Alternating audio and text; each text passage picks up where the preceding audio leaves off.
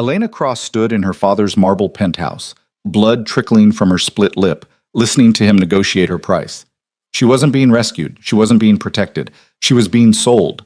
Payment for a debt her father owed to the most dangerous man in the city. Victor Hale didn't deal in mercy. He dealt in ownership. And tonight, Elena became his property. If you want to know how a woman traded like currency becomes the queen who can't be bought, stay until the end of this story. Hit that like button and comment what city you're watching from. I want to see how far Elena's story travels. Well, the penthouse smelled like expensive cigars and older regrets. Elena Cross had learned long ago not to breathe too deeply in her father's presence. Every inhale felt like swallowing broken glass, sharp reminders of all the ways she'd never been enough. She stood now in the center of his private study, arms wrapped protectively around her middle, trying to make herself smaller. It was a skill she'd perfected over 26 years. Disappear. Don't speak unless spoken to. Don't take up space you haven't earned. Her father, Richard Cross, stood with his back to her, staring out floor-to-ceiling windows at the Manhattan skyline he'd spent 3 decades conquering. His reflection in the glass looked carved from stone, jaw tight, shoulders rigid, every line of his body broadcasting the contempt he'd never bothered hiding. "You've always been a disappointment," Richard said, his voice flat and factual, like he was reading stock reports. "Your mother knew it before she left. I've known it since you were 12 and started eating your feelings instead of controlling them." Elena flinched. The familiar shame crawled up her spine, hot and choking. She'd heard variations of this speech her entire adult life. Too heavy, too soft, too visible in all the wrong ways.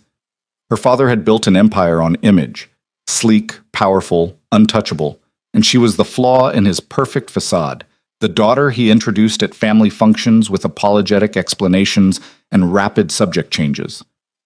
"I've spent a fortune keeping you hidden," Richard continued, still not turning around. "Private schools where you wouldn't embarrass me. That apartment in Brooklyn where none of my colleagues would see you. Even paid for those ridiculous online classes you take, pretending you'll finish a degree you started 6 years ago." Each word landed like a physical blow.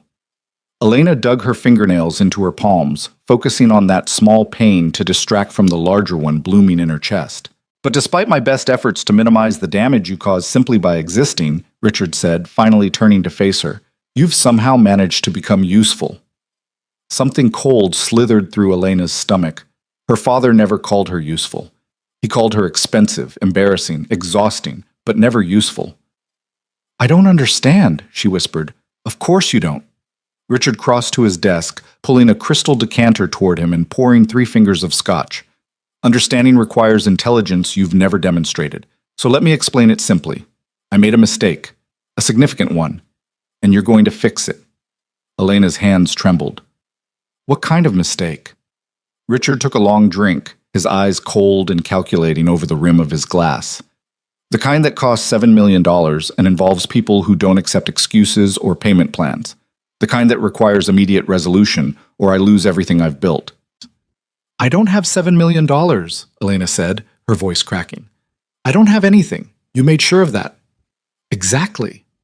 Richard smiled, and it was the cruelest expression Elena had ever seen on his face. "Which is why you're perfect for this particular transaction.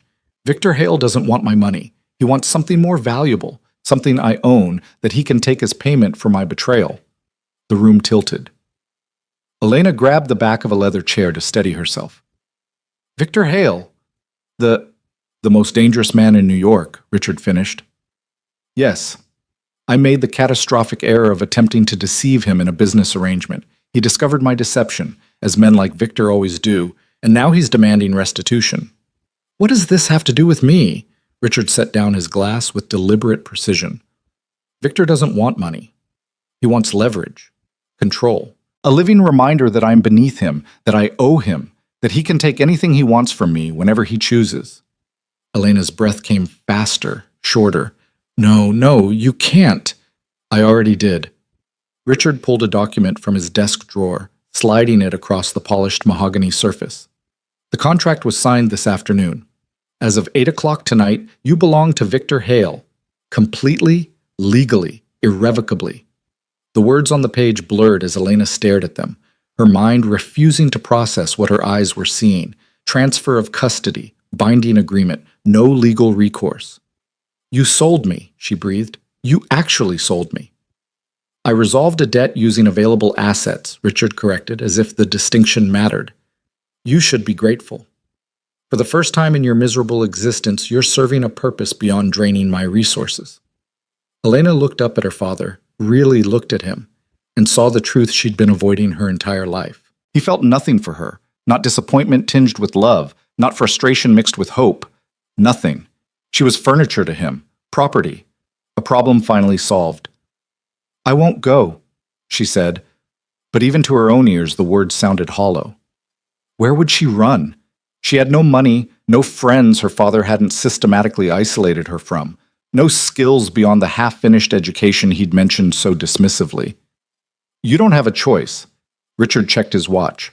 Victor's men arrive in 20 minutes. I suggest you don't make this more difficult than necessary.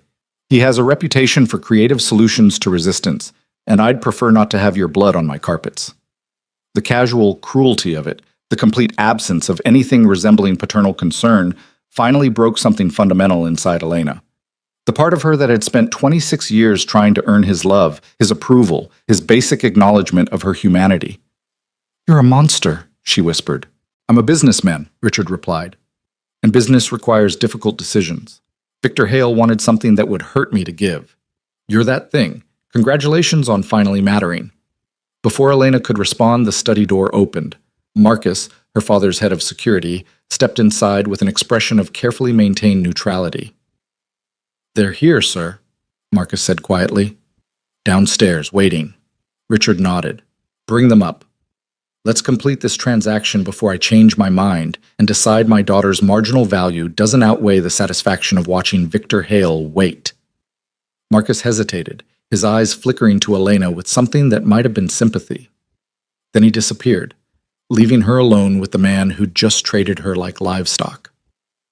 For what it's worth, Richard said, returning to his window and his skyline, Victor Hale is known for taking excellent care of his possessions. As long as you're obedient and don't cause problems, you'll probably live quite comfortably. Elena wanted to scream, to rage, to grab the crystal decanter and shatter it against her father's skull. But 26 years of conditioning held her frozen, small, silent. The study door opened again. 3 men entered, and Elena's entire understanding of danger fundamentally reorganized itself. The first 2 were clearly security, massive, scarred, moving with the fluid awareness of predators scanning for threats. But the third man, the one who walked between them like violence incarnate, made Elena's breath catch in her throat. Victor Hale was nothing like she'd imagined. The newspapers called him brutal, ruthless, a criminal emperor who controlled half the city's underground economy. They printed grainy surveillance photos showing a shadowy figure leaving crime scenes. They speculated about his methods, his reach, his complete imperviousness to law enforcement. None of those descriptions had prepared her for the reality of him. He was tall, well over 6 feet, with broad shoulders that filled his perfectly tailored black suit. Dark hair swept back from a face that looked carved from granite, all sharp angles and hard edges. But it was his eyes that stopped Elena's heart. Pale gray, cold as winter steel, scanning the room with predatory precision before settling on her with an intensity that made her knees weak. Victor Hale looked at her the way most people looked at valuable things they were considering purchasing. Thorough, assessing, completely devoid of mercy. Richard, Victor said, his voice a low rumble that seemed to vibrate through Elena's chest. I appreciate your punctuality. I appreciate your discretion in this matter, Richard replied, his tone careful, respectful in a way he'd never used with his daughter. I trust the contract meets your specifications. It does. Victor's gaze never left Elena. Though I prefer to inspect merchandise before finalizing acquisitions. The word merchandise sent ice through Elena's veins. She wasn't a person to these men. She was a thing, an object changing owners. Victor crossed the room in 3 long strides, stopping directly in front of her. Up close, he was even more overwhelming, radiating heat and danger and something Elena couldn't name but felt in every nerve ending. Look at me, he commanded. Elena's eyes had dropped to the floor automatically, another survival instinct from years of making herself invisible. Now she forced herself to meet Victor's stare, her heart hammering so hard she was certain he could hear it. For a long moment, Victor studied her face with clinical detachment. Then his hand came up, fingers gripping her chin with firm but not painful pressure, tilting her head to examine her from different angles. "She's terrified," Victor observed, still holding Elena's face steady. "She's dramatic," Richard dismissed. "Always has been. Give her a few days and she'll settle into whatever role you require." Victor's eyes narrowed fractionally. "There's a bruise forming on her cheekbone. Recent." Silence crashed through the room. Elena felt her father's panic before she heard it in his voice. "A misunderstanding," Richard said quickly. "She was resistant to the arrangement. I may have been too forceful in my explanation." Victor's thumb brushed across the tender spot on Elena's face, and she couldn't stop the small flinch that followed. Something flickered in those cold gray eyes, there and gone so quickly she might have imagined it. "You hit her," Victor said flatly. "I corrected her," Richard countered. "Which is my right as her father until the contract transfers ownership." Victor released Elena's chin and turned to face Richard Cross with such sudden violence that both security guards tensed. "Your rights ended the moment you signed that contract. She became mine at 8 o'clock. That was 17 minutes ago, which means you just struck my property without permission." The temperature in the room dropped 20 degrees. Richard's face went pale. "Victor, I didn't mean you raised your hand to something that belongs to me." Victor's voice was soft, deadly. "Explain why I shouldn't break every bone in that hand as a reminder of boundaries you clearly don't understand." Elena watched her father crumble. The powerful man who'd terrorized her entire life, reduced to stammering apologies and desperate explanations. And Victor Hale didn't move, didn't speak, just stared at Richard Cross like a wolf deciding whether prey was worth the effort of killing. "It won't happen again," Richard finally managed. "I swear it. I apologize for overstepping. She's yours, completely. I won't touch her, won't contact her, won't interfere with whatever arrangements you choose to make." Victor let the silence stretch until even Elena felt suffocated by it. Then he turned back to her, his expression unreadable. "Get your things," he said. "Whatever matters to you. You have 5 minutes." Elena's mind went blank. "My things?" "Personal belongings, clothes, photographs, items of sentimental value." Victor checked his watch, a gesture so similar to her father's it made her stomach turn. 4 minutes and 40 seconds now. "I don't—" Elena's voice cracked. "I don't live here. My apartment is in Brooklyn. Everything I own is there." "Address," Victor said simply. She gave it, and he nodded to one of his security guards, who immediately pulled out a phone and began speaking in rapid, clipped sentences. Apparently her entire life was being packed up and transported while she stood here trying to understand how her world had collapsed so completely in the space of an hour. "The contract," Richard said weakly. "We should finalize—" "The contract is finalized," Victor interrupted. "I'll have my lawyers deliver your copy tomorrow. Tonight, I'm taking what's mine and leaving before I give in to the temptation to throw you through that window you're so fond of staring out." He placed a hand on the small of Elena's back, possessive, controlling, but somehow less violating than any of her father's touches had ever been, and guided her toward the door. "Wait!" Richard called out. "Elena, I—" "No," Victor said, not even turning around. "You don't get last words. You lost that privilege when you traded her like currency. She's done with you, permanently." Elena walked through her father's penthouse for the last time, Victor's hand steady against her spine, 2 massive security guards flanking them like an honor guard, or a prison escort, she wasn't sure which. The elevator ride down 43 floors happened in complete silence. Elena stared at her reflection in the polished brass doors, a woman who looked hollowed out, wearing a dress her father had chosen because it hid the body. He found shameful, her face pale except for the darkening bruise on her cheekbone. She looked like a ghost, a shadow, someone who'd already disappeared. The lobby was empty except for Victor's people. 6 more security personnel positioned at strategic points, wearing suits that didn't quite hide the weapons beneath. They fell into formation as Victor walked Elena through the marble expanse, and she realized dimly that this was a military operation. Coordinated. Professional. Overwhelming. Outside, 3 black SUVs idled at the curb. Victor opened the rear door of the middle vehicle himself, waiting while Elena climbed inside with as much dignity as she could manage. He slid in beside her, close enough that she could smell expensive cologne and something darker, more primal. The door closed. The vehicle pulled smoothly into traffic, and Elena Cross realized she had no idea where she was going or what would happen when she got there. "You're shaking," Victor observed. Elena looked down at her hands, clasped so tightly in her lap that her knuckles had gone white. She was shaking, her entire body trembling with shock and fear and the awful, crushing weight of her father's final betrayal. "I'm scared," she whispered, because what was the point of lying to a man who now owned her? "Good," Victor replied, his tone matter-of-fact. "Fear keeps you alert. Alert keeps you alive. In my world, those instincts will serve you well." Elena forced herself to look at him. In the dim interior of the SUV, Victor's face was all sharp shadows and harder angles, his eyes reflecting passing streetlights like a predator's. "What happens now?" she asked. "Now you come home with me," Victor said. "You'll be given a room, security clearance, and very specific instructions about boundaries and expectations. You'll follow those instructions exactly, and in return, I'll give you something your father never did." "What's that?" Victor's expression didn't change, but something in his gaze shifted, became almost human for a fraction of a second. "Protection. No one touches you without my permission. No one hurts you without answering to me. And no one, not your father, not his associates, not anyone in this city, gets to treat you like you're worthless." Tears burned behind Elena's eyes. She refused to let them fall. "Why? You don't even know me." "I know enough," Victor replied. "I know Richard Cross is a coward who raised his hand to his own daughter because she represented a problem he couldn't solve. I know you've been hidden away and diminished until you forgot you could take up space. And I know that in my home, under my protection, you will never be invisible again."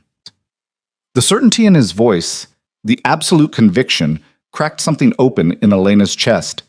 This terrifying man who'd purchased her like property was promising her visibility, acknowledgement, safety. She didn't know whether to believe him, but sitting in her father's penthouse, listening to him calculate her worth in dollars and debts, she'd felt something inside her die. Maybe it didn't matter whether Victor Hale's promises were real. Maybe anything was better than the slow suffocation of being Richard Cross's greatest disappointment. "I don't know how to do this," Elena admitted. "Be someone's property. Live in your world. I don't know what you expect from me." "Tonight, I expect you to breathe," Victor said. "Tomorrow, we'll discuss expectations. But right now, just focus on the fact that you survived your father's worst betrayal. That takes strength most people don't have." Elena didn't feel strong. She felt shattered. But Victor Hale looked at her like he could see something beyond the broken pieces. And for the first time in her life, someone's gaze didn't feel like judgment. The SUV turned onto a private drive lined with iron gates and security checkpoints. Beyond them, an estate sprawled across what must have been acres of prime real estate, the main house lit like something from a dark fairy tale. "Welcome home, Elena," Victor said as the vehicle stopped in front of massive oak doors. "Your new life starts now." She stepped out into the cool night air, surrounded by armed guards and impossible wealth, owned by a man she'd met 20 minutes ago. Everything she'd known was gone. Everyone she'd been was erased. And somehow, standing on the threshold of Victor Hale's fortress, Elena Cross felt more present, more real than she had in 26 years of trying to disappear. The oak doors opened, and she walked forward into the unknown. Inside Victor's estate, Elena discovered that wealth looked different when it wasn't apologizing for her existence. The entry hall alone was larger than her Brooklyn apartment, with soaring ceilings and artwork that probably cost more than her father spent hiding her away. But unlike Richard's cold, sterile penthouse, this space felt lived in, purposeful. Every detail chosen for function as much as beauty. A woman appeared from a side corridor, 50s, gray-haired, wearing a simple black dress and an expression of professional warmth that didn't quite reach her eyes. She assessed Elena with the same thorough examination Victor had used, though her gaze lingered on the bruise with something that might have been sympathy. "This is Mrs. Chen," Victor said. "She manages the household. You'll answer to her for daily routines and basic needs. Mrs. Chen, this is Elena Cross. She's to have the East Wing suite, full access to common areas, and anything she requires within reason." Mrs. Chen nodded. "Of course, Mr. Hale. Miss Cross, if you'll follow me, I'll show you to your rooms." "Wait," Elena said, then immediately regretted the impulse when both Victor and Mrs. Chen turned to stare at her. But she'd started, so she forced herself to continue. I don't understand the rules. You said I belong to you, but then you're giving me my own suite and access to your home like a guest. Which is it? Victor's expression remained neutral, but one dark eyebrow rose fractionally. You belong to me legally. That's non-negotiable. But I'm not a savage, Elena. You'll have privacy, autonomy within boundaries, and dignity. The alternative, treating you like a prisoner or a slave, serves no purpose except cruelty, and I'm not cruel without reason. What are the boundaries? Elena pressed, her heart hammering but her voice steadier than she'd expected. No leaving the estate without permission and security escort.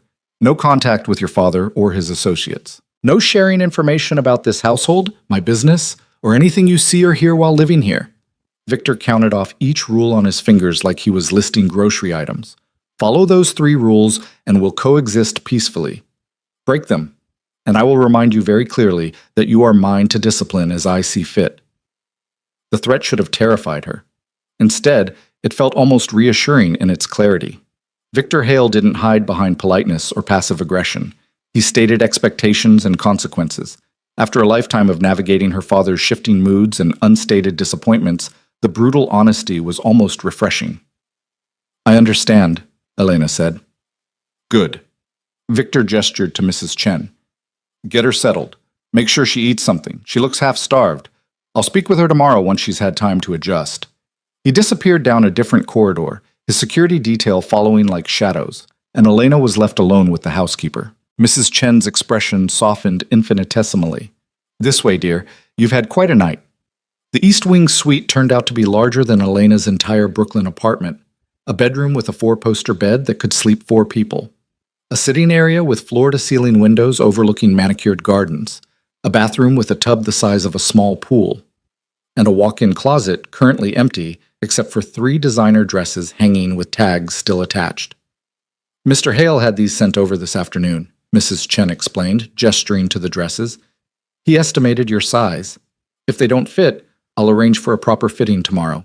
Your belongings from Brooklyn should arrive within the hour. Elena touched one of the dresses, soft silk in deep emerald green, cut in a style that would flatter rather than hide her curves. The price tag made her dizzy. One dress cost more than 3 months of the allowance her father gave her. Why is he doing this? She asked quietly. Being kind when he doesn't have to be? Mrs. Chen was silent for a long moment, adjusting already perfect pillows on the bed. Mr. Hale values what belongs to him, she finally said. He believes things should be maintained properly, treated with appropriate care. You are his now, so you will be cared for. It's not personal, Miss Cross. It's principle. The word should have stung.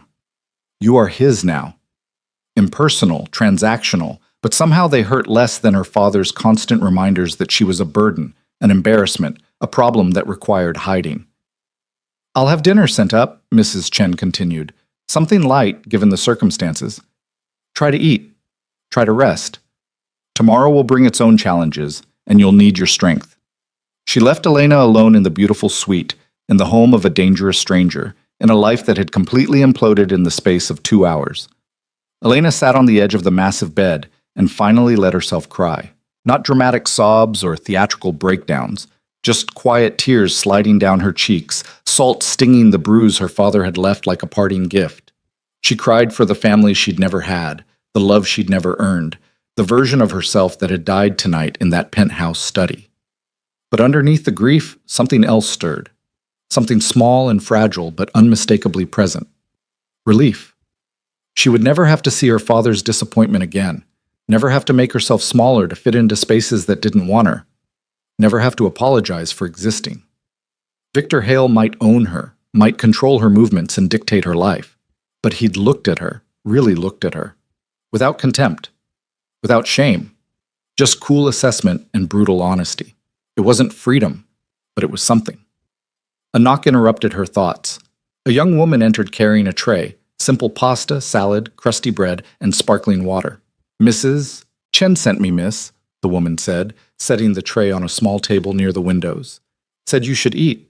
Mr. Hale doesn't like when people skip meals. Elena almost laughed at the absurdity, a crime lord concerned about her nutrition. Thank you, she managed. The woman hesitated at the door. It gets easier, she said softly. Living here, I mean. Mr. Hale is intense, but he's fair. More fair than most of the men in his world. Just follow the rules and don't test boundaries you're not ready to face consequences for. Then she was gone, leaving Elena alone with food she didn't want and thoughts that wouldn't settle. She forced herself to eat anyway, mechanically chewing and swallowing while her mind spun through everything that had happened.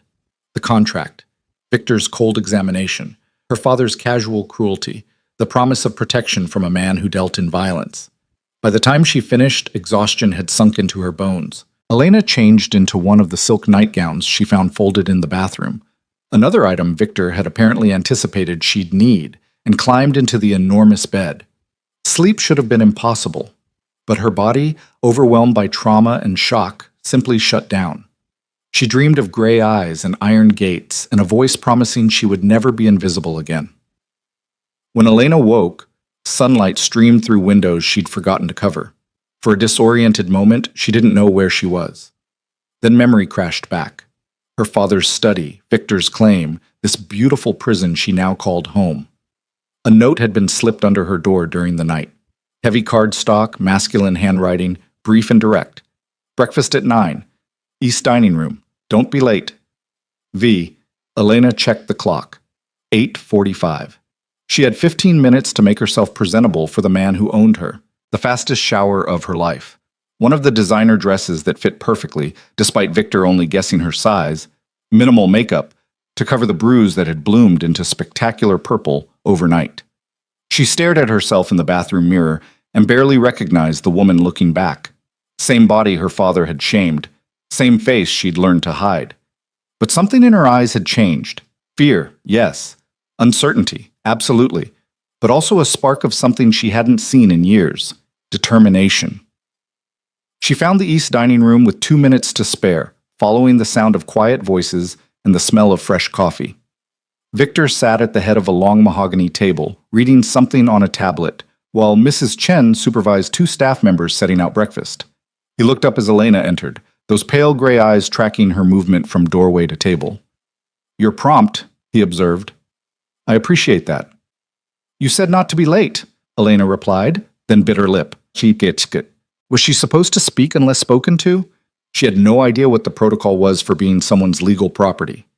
But Victor just gestured to the chair on his right. "Sit, eat. We have things to discuss." Elena sat, accepting coffee from a staff member who materialized at her elbow. The table was laden with options: eggs, fruit, pastries, yogurt, and she took small portions of each, hyper-aware of Victor watching her every move. "Your belongings arrived last night," Victor said, returning his attention to his tablet. "Mrs. Chen supervised the unpacking. If anything is missing or damaged, let her know, and I'll have it replaced." "Thank you," Elena said quietly. "I've also had my lawyers draw up documentation establishing you as part of this household. Bank account in your name with a monthly allowance, credit cards with reasonable limits, healthcare coverage. Everything you need to function without requiring my direct approval for basic expenses." Elena set down her fork, staring at him. "I don't understand. You own me. Why would you give me access to money and resources?" Victor finally looked up from his tablet, and the intensity of his gaze made her breath catch.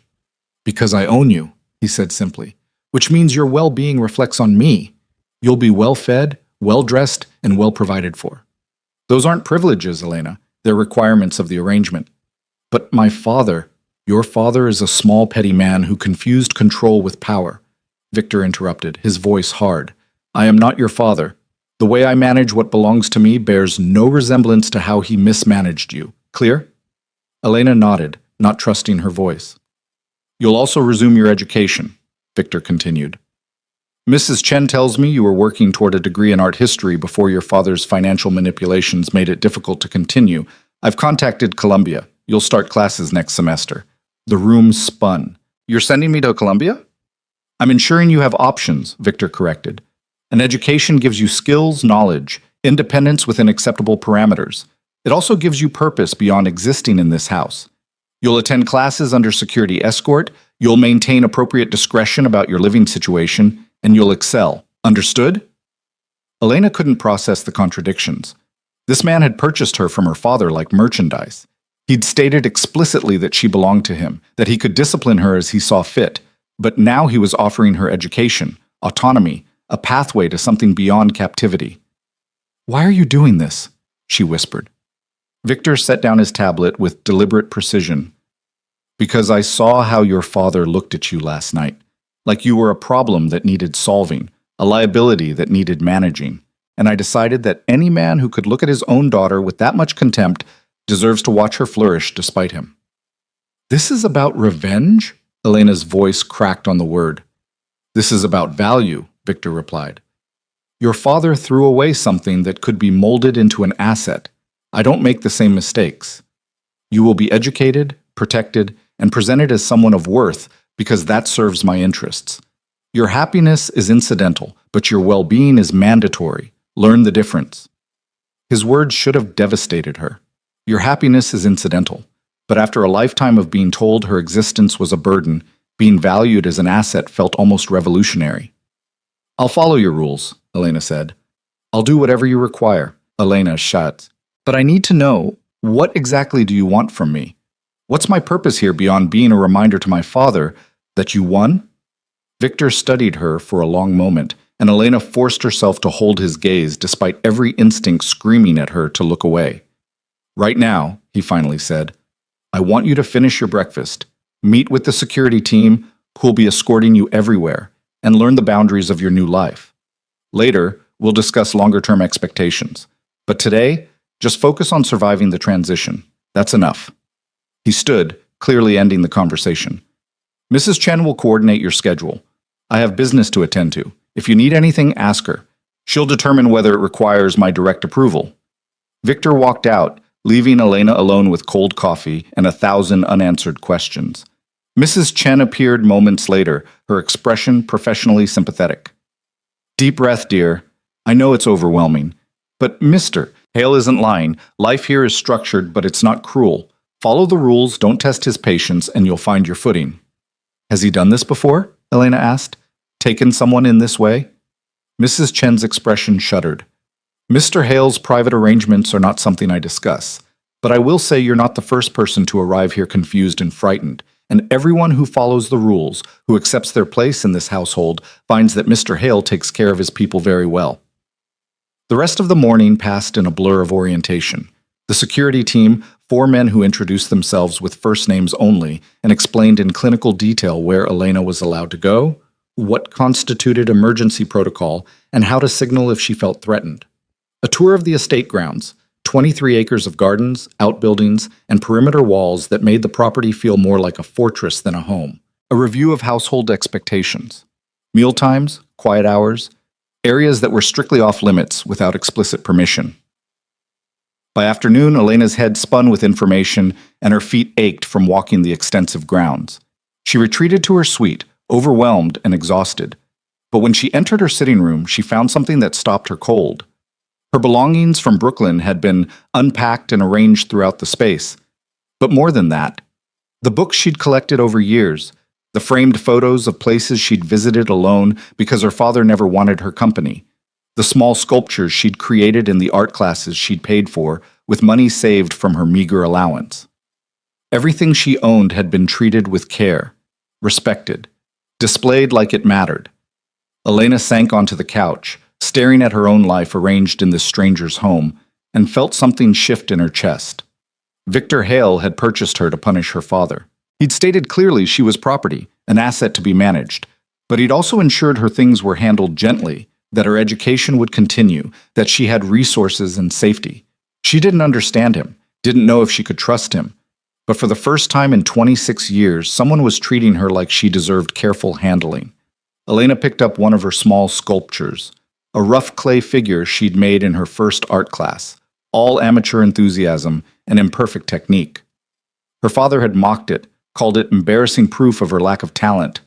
But here, in Victor Hale's home, it sat on a shelf like it had value. Maybe she could survive this. Maybe being owned by a dangerous man was somehow better than being slowly erased by her own father. Maybe, Elena thought as she turned the sculpture in her hands, visibility came in unexpected forms. And maybe, just maybe, she was finally ready to be seen. Elena's first week in Victor's estate passed in a strange rhythm of structure and silence. She woke each morning to find breakfast waiting in her suite. Mrs. Chen had quickly learned she preferred eating alone before facing the day.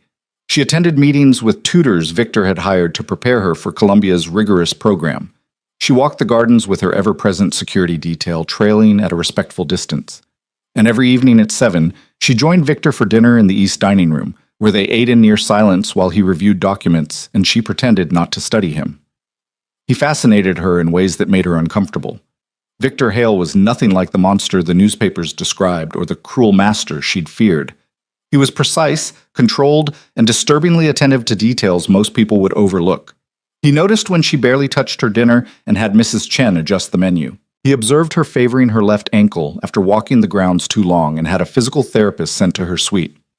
He saw everything, remembered everything, and responded with the clinical efficiency of someone managing a valuable investment. It should have felt cold. Instead, it felt like being seen for the first time in her life. On the 8th night, Victor broke their comfortable silence. "You're settling in well," he said, not looking up from the contract he was reviewing. "Mrs. Chen says you've memorized the household protocols and haven't tested any boundaries." Elena set down her fork carefully. "I'm following the rules. That's what you required." "It's more than that." Victor finally looked at her, those pale gray eyes sharp and assessing. "You're adapting, learning the rhythms of this house. Most people in your situation spend weeks in their rooms paralyzed by fear or resentment. You've done neither. Would you prefer I be difficult?" Elena asked, surprised by her own boldness. A slight smile touched Victor's mouth, the first genuine expression she'd seen from him. "I'd prefer you be honest. So tell me, Elena, what are you really feeling about this arrangement?" The question caught her completely off guard. In her father's house, her feelings had been irrelevant at best, ammunition against her at worst, but Victor was asking like he genuinely wanted to know. "Confused," she admitted. "You purchased me from my father to punish him. You own me legally, but you treat me with more consideration than he ever did. I don't know how to reconcile those things." Victor pushed his plate aside, giving her his full attention in a way that made her pulse quicken. "Your father saw you as a liability. I see you as an asset with unrealized potential. The difference is perspective, not ownership. I told you before, I take care of what belongs to me. That includes ensuring you understand your value." "But I don't have value," Elena said quietly. "Not real value. I'm just a reminder that you can take things from powerful men who cross you."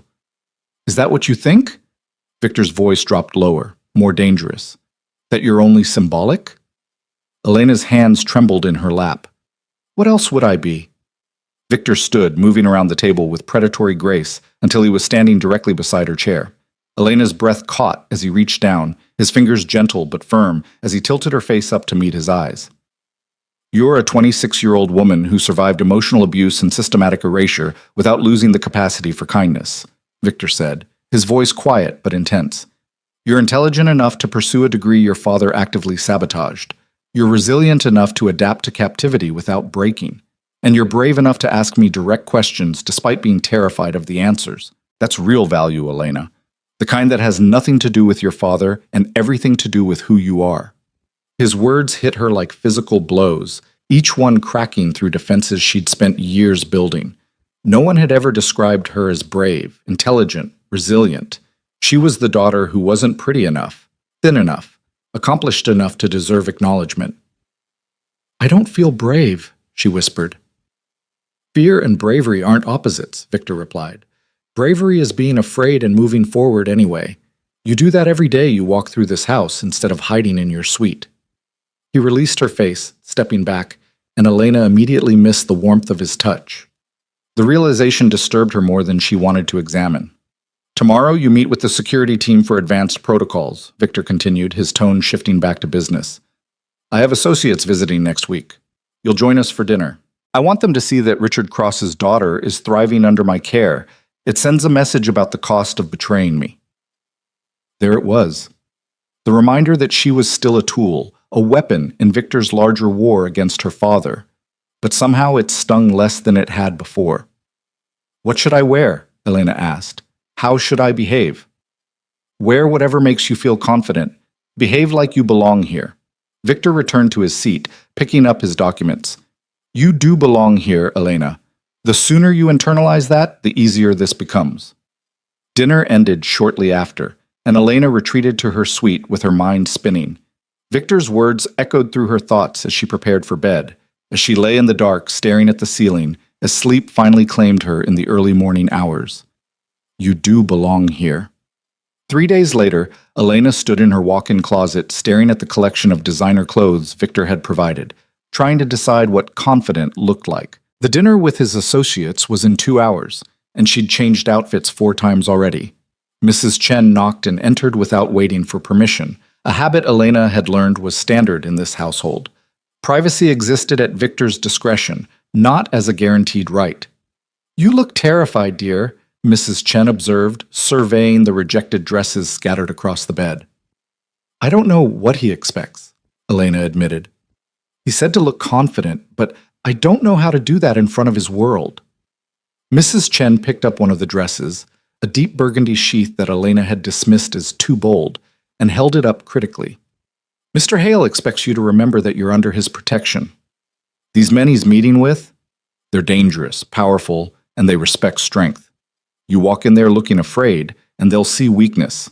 You walk in there looking like you belong at Mr. Hale's table, and they'll see exactly what he wants them to see. Which is what? That he takes care of his own. That crossing him costs more than money. Mrs. Chen's expression softened slightly. Wear the burgundy. It suits your coloring, and it's sophisticated without trying too hard. And Elena? Mr. Hale wouldn't be putting you in this position if he thought you'd fail. He's calculating about everything. Trust that he knows what he's doing. An hour later, Elena descended the main staircase in the burgundy dress, her hair styled in soft waves, minimal jewelry, heels that made her legs look longer than she'd thought possible. She felt like she was playing dress-up in someone else's life. Victor waited at the bottom of the stairs, dressed in a charcoal suit that probably cost more than her father's monthly mortgage. He looked up as she approached, and something flickered in his eyes, there and gone so quickly she couldn't identify it. Perfect, he said simply. Then he offered his arm. Stay close, speak when spoken to. Don't volunteer information about your father or your previous life. If anyone makes you uncomfortable, catch my eye and I'll handle it. Elena slipped her hand through his arm, feeling the solid muscle beneath expensive fabric. Are these people dangerous to me? Everyone in my world is dangerous, Victor replied as they walked toward the formal dining room. But no one would be stupid enough to threaten something I've claimed. You're safer at this table than you were in your father's penthouse. The dining room had been transformed. The long table that usually sat empty except for Victor's solitary meals now hosted 8 place settings of crystal and china. 4 men were already seated, drinks in hand, conversation pausing as Victor entered with Elena. They were exactly what she'd expected. Expensive suits, predatory eyes, the kind of men who smiled while calculating exactly how to destroy you. But they stood when Victor entered, a show of respect that spoke volumes about the hierarchy in this room. Gentlemen, Victor said, his hand settling possessively on Elena's lower back. This is Elena Cross. She's part of my household now. You'll treat her accordingly. The message was clear. Touch her and die. The tallest of the men, silver-haired, probably 60, with scars that suggested a violent past, stepped forward with a calculating smile. Richard Cross's daughter. I heard rumors about this arrangement. Quite the statement, Victor. Dmitri, Victor acknowledged. I trust the statement is clear. Crystal. Dmitri's eyes raked over Elena with professional assessment, and she forced herself to meet his gaze without flinching. She's lovelier than her father deserved. He always did undervalue his assets. Elena felt Victor's hand tighten fractionally against her back, a warning or reassurance, she wasn't sure which. The other men introduced themselves, Marcus, Chen, and someone who simply went by Saint, and Elena nodded politely to each while trying to remember that Victor had promised she was safe here, protected, untouchable. Dinner was an exercise in controlled tension. The men discussed business in coded language Elena couldn't fully decipher, but the underlying currents were clear enough. Territory disputes, revenue streams, people who'd made mistakes and paid for them. Victor presided over it all with calm authority, and Elena realized she was watching a king manage his court. She ate carefully, spoke only when directly addressed, and observed everything. The way Marcus deferred to Victor on every point, The way Chen watched her with barely concealed curiosity. The way Dmitri tested boundaries with comments designed to provoke reactions. I heard Richard tried to negotiate after the contract was signed, Dmitri said midway through the main course, his tone conversational but his eyes sharp. Claimed he had other assets that would better serve your purposes. Victor's expression didn't change. Richard Cross's assets are no longer my concern. I took what I wanted. The rest can rot with his failing empire. And what you wanted was his daughter. Dmitri smiled. Sentimental of you, Victor. I didn't know you had it in you. The temperature in the room dropped. Elena felt every man at the table tense, waiting for Victor's response. What I wanted, Victor said softly, was to ensure Richard Cross understands that betrayal costs more than money. It costs the things you love. Or in his case, the things you should have loved but were too short-sighted to value appropriately. He looked at Elena as he spoke, and she saw something in his eyes that made her breath catch. Not affection. Victor Hale didn't deal in soft emotions, but possession, pride. The look of someone who'd acquired exactly what they'd intended. Elena is an asset that will appreciate under proper management, Victor continued, his gaze still locked on hers. Something her father never understood. His loss. My gain. Dmitri laughed, breaking the tension. Well played. Nothing burns quite like watching something you threw away flourish in someone else's hands. The conversation moved on, but Elena sat frozen, Victor's words echoing through her mind. An asset that will appreciate under proper management. She should have been insulted, reduced to investment terminology, discussed like stock options. Instead, she felt something dangerous blooming in her chest. Victor saw potential in her. He believed she would flourish. No one in her entire life had ever said anything like that. The dinner lasted 3 more hours. By the time the men departed, with promises of future meetings and thinly veiled threats toward mutual enemies, Elena was exhausted from maintaining her composed facade. Victor walked her back to her suite, his hand still possessive against her spine. They climbed the stairs in silence, and Elena tried not to think about how natural his touch had started to feel. At her door, Victor paused. You did well tonight, better than I expected for your first exposure to my world. I barely said 10 words, Elena replied. Exactly. You listened, observed, and didn't draw unnecessary attention. That's intelligence. Victor studied her face with that unnerving intensity. Dmitri was testing you with those comments about your father. You didn't take the bait. That's discipline. I'm impressed. The praise hit harder than it should have. Elena felt heat rise in her cheeks and hated herself for the reaction. I just did what you asked. You did more than that. You held your own in a room full of dangerous men without showing fear. That takes strength most people don't have. Victor's hand came up, fingers brushing her jaw in a gesture that felt almost tender. You're not what your father told you that you were, Elena. The sooner you accept that, the stronger you'll become. He stepped back, his expression shuddering back to neutral. Get some rest. Tomorrow we'll discuss your class schedule for next semester. Good night. Victor disappeared down the hallway, leaving Elena standing outside her suite with her heart racing and her carefully constructed defenses in shambles. She didn't sleep that night. Instead, she lay in bed replaying every moment of the dinner, every word Victor had spoken, every time his hand had pressed against her back like she was something worth protecting. This was dangerous. Getting attached to her captor, finding validation in his assessment of her value, craving his approval like she'd once desperately sought her father's. Elena knew all the psychological explanations for what was happening. Stockholm Syndrome, trauma bonding, the human need for connection even in captivity.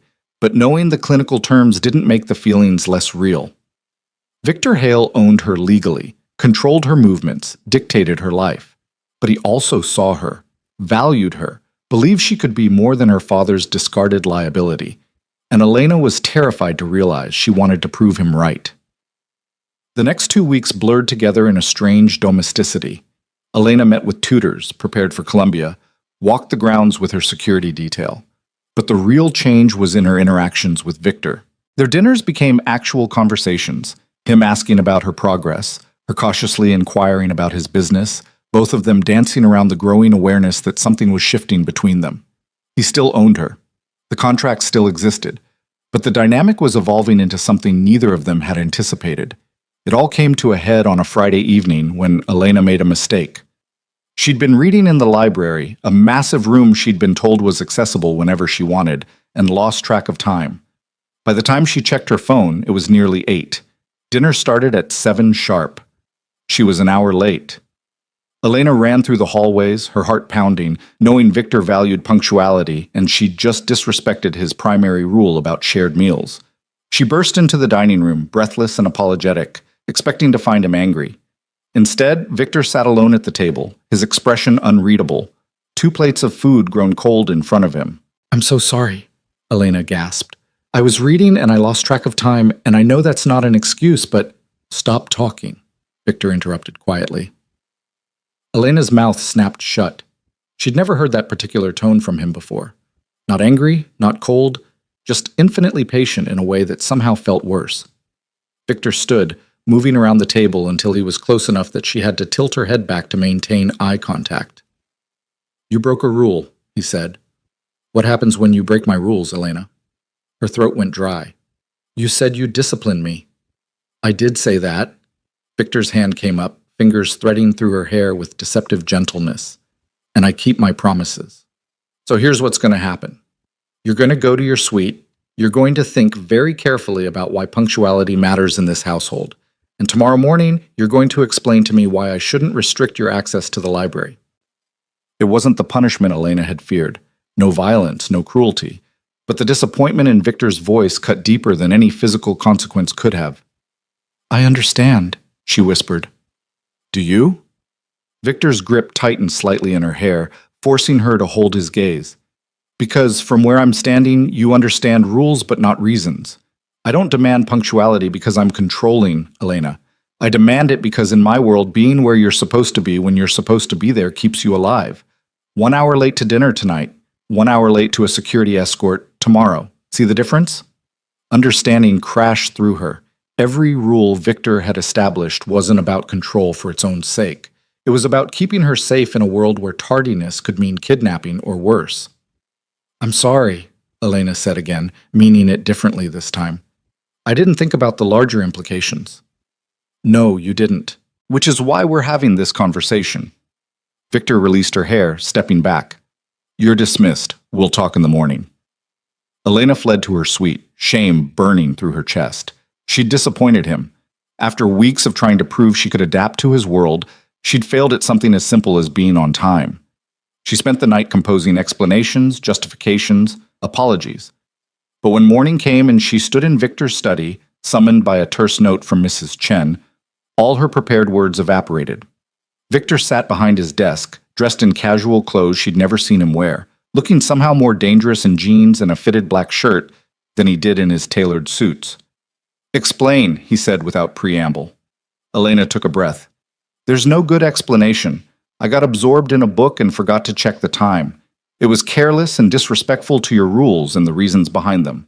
I understand that being unreliable in your world creates vulnerabilities. It won't happen again." Victor studied her for a long moment. "What were you reading?" The question caught her off guard. "What?"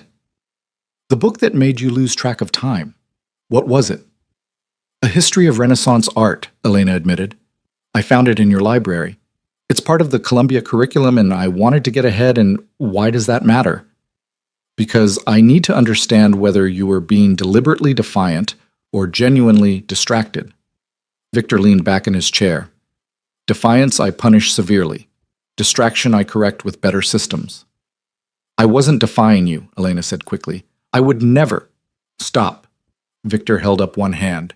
"Don't make promises you can't keep. Everyone defies eventually. What matters is whether the defiance is stupid or strategic." He pulled a small box from his desk drawer and slid it across the polished wood. "Open it." Elena approached cautiously, picking up the box. Inside was a watch, elegant, expensive, with alarm functions and what looked like a panic button. "You'll wear this at all times," Victor said. "It's set to remind you 15 minutes before any scheduled commitment. It also has GPS tracking and emergency alert capabilities. If you're ever in trouble, press the button and my security team responds immediately." Elena stared at the watch, then at Victor. "You're giving me a safety device because I was late to dinner?" I'm giving you a tool to prevent future mistakes while keeping you protected, Victor corrected. The library access stays, but you'll be accountable for your time. Fair? It was more than fair. It was thoughtful. Elena felt something crack open in her chest, the careful distance she'd been maintaining to protect herself from getting too attached to this arrangement. Thank you, she whispered. Don't thank me. Just prove you can handle the freedom I'm giving you. Victor's expression softened almost imperceptibly. I meant what I said, Elena. You're not your father's liability. You're capable of more than you've been allowed to believe, but capability requires responsibility. Show me you understand that. Elena nodded, clutching the watch like a lifeline. I will. I promise. Good. Now get out of here. Mrs. Chen has your class schedule for next week. Review it and let me know if anything conflicts with your other commitments. Elena turned to leave, then paused at the door. Victor, why do you believe in me when I don't even believe in myself? He looked up, those pale gray eyes seeing straight through her carefully constructed defenses. Because I've spent my entire life evaluating assets and liabilities. You, Elena Cross, are the most undervalued asset I've ever acquired, and I don't make mistakes about these things. She left his study with tears burning behind her eyes and a watch on her wrist that felt like both a leash and a promise. 3 days later, everything changed. Elena was in the garden when the first shot rang out. She'd been studying on a stone bench near the fountain, her security detail positioned at respectful distances, the afternoon sun warm on her shoulders. The watch Victor had given her showed 3:15. She had 45 minutes before her meeting with the Columbia admissions coordinator. Plenty of time to finish the chapter on Baroque architecture. Then the world exploded into chaos. The bullet hit the fountain behind her, sending shards of marble spraying across the garden. Elena's mind went blank with shock, her body frozen as her security detail erupted into coordinated violence. Marcus, the lead guard assigned to her, tackled her to the ground, his body covering hers as more gunfire echoed through the estate. Stay down, Marcus barked into her ear, his weight crushing but protective. Do not move. Do not look up. Understood? Elena couldn't speak, couldn't breathe. She nodded against the grass, tasting dirt and terror, her ears ringing from the gunshots that kept coming in rapid succession. Marcus was shouting into his radio, words Elena couldn't process through the roaring panic in her head. More security personnel appeared from seemingly nowhere, forming a human shield around her position. Someone was returning fire. Someone was screaming. And through it all, Elena's mind kept circling back to one horrifying realization. Someone was trying to kill her. The attack lasted less than 3 minutes, but felt like hours.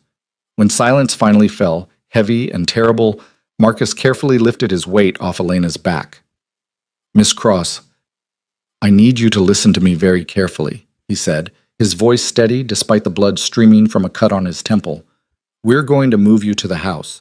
I need you to stay low, stay between us, and move fast. Can you do that? Elena managed a jerky nod. Her hands were shaking so violently she could barely push herself up from the ground. Her beautiful burgundy dress, the one she'd worn to Victor's dinner, the one that made her feel confident, was torn and stained with grass and dirt. Marcus hauled her to her feet, and Elena got her first real look at the aftermath. 2 men in black tactical gear lay motionless near the perimeter wall. Blood pooled on the perfect lawn. Her security detail had weapons drawn, eyes scanning for additional threats. They moved her through the garden at a run, Marcus on one side and another guard she didn't recognize on the other, practically carrying her when her legs threatened to give out. The house loomed ahead like a fortress, and Elena had never been so grateful for Victor's paranoid security measures. They burst through a side entrance Elena had never used, descending stairs she didn't know existed, until they were in what could only be described as a bunker. Reinforced walls, multiple monitors showing security feeds, weapons cabinets, a space designed for exactly this kind of emergency. Victor was already there. He stood in the center of the room, surrounded by his core security team, his expression carved from ice as he listened to rapid-fire reports from multiple sources. But the moment Elena stumbled through the door, his attention snapped to her with laser focus. Injuries, he demanded, his eyes raking over her with clinical precision. Minor cuts, possible bruising, but she's intact, Marcus reported. We neutralized 2 hostiles. 3rd escaped over the north wall. Perimeter is secure, but we're sweeping for additional threats. Victor crossed the space in 3 strides, his hands gripping Elena's shoulders as he turned her, examining her for damage the way someone might inspect valuable property after an accident. His touch was impersonal but thorough, and Elena stood frozen, still too shocked to process what was happening. "Look at me," Victor commanded. Elena raised her eyes to his, and something flickered in that cold gray gaze. Fury. Not at her, but for her. The kind of rage that promised biblical retribution. "You're safe now," Victor said, his voice dropping to something almost gentle. "Do you understand me, Elena? You are safe. No one will touch you here." She nodded, but tears were streaming down her face before she could stop them. The delayed shock was crashing through her system, making her shake so hard her teeth chattered. Victor pulled her against his chest without hesitation, one hand cradling the back of her head while the other wrapped around her waist. "Breathe," he ordered softly. "In through your nose, out through your mouth. You survived. You're here. Breathe." Elena clung to him, her fingers digging into expensive fabric, sobbing against his shoulder while he held her with surprising tenderness. Around them, his security team pretended not to notice their boss comforting the woman he'd claimed as property, continuing their tactical assessments and threat evaluations. "Who?" Elena finally managed to gasp. Why would anyone—" "Your father," Victor said flatly, and Elena felt him go rigid with controlled violence. "This has Richard Cross written all over it. A pathetic attempt to reclaim what he gave away, or more likely, to eliminate evidence of his failure." Elena pulled back, staring at him in horror. "My father tried to have me killed?" "Your father hired incompetent mercenaries to either kidnap or kill you. I'm not sure which yet," Victor corrected, his jaw tight. "But the message is clear. He'd rather see you dead than thriving under my protection. It makes him look weak, foolish. He can't tolerate that." The words hit like physical blows. Her own father. The man who'd given birth to her, raised her, however poorly, had just tried to end her life because she represented an embarrassment he couldn't control. "I'm going to be sick," Elena whispered.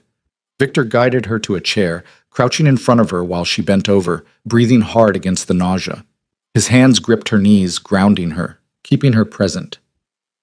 "Listen to me very carefully," Victor said, his voice hard but not unkind.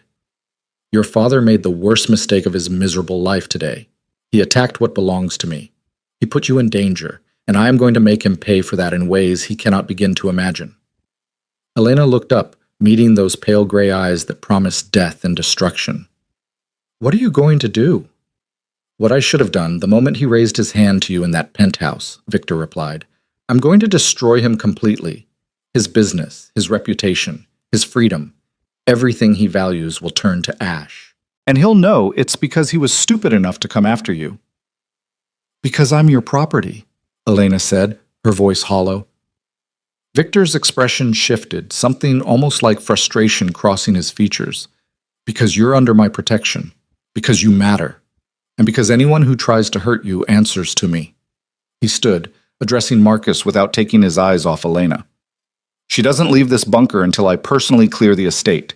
Double the perimeter guards.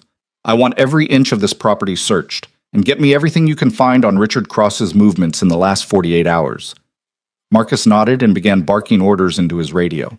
The security team dispersed, leaving Elena alone with Victor in the reinforced space that suddenly felt very small. "I need you to be honest with me," Victor said, pulling over a chair and sitting so they were eye level. "Has your father contacted you since you came here? Any messages, calls, attempts to reach you?" Elena shook her head. "Nothing. You said no contact and I followed the rule." "Good, but he might try now, pretend he's worried, offer to rescue you from the monster who took you." Victor's smile was cold and cruel. "If he does, you're going to play along. Tell him you're scared, that you want to leave, whatever he needs to hear, and then you're going to lead him straight into the trap I'm building." The request should have horrified her, using herself as bait to destroy her own father. But Elena thought about the gunshots in the garden, the way Marcus had covered her body with his own, the casual cruelty of a man willing to kill his daughter rather than let her exist beyond his control. "What do you need me to do?" she asked. Victor studied her for a long moment. "You understand what I'm asking? This isn't passive cooperation.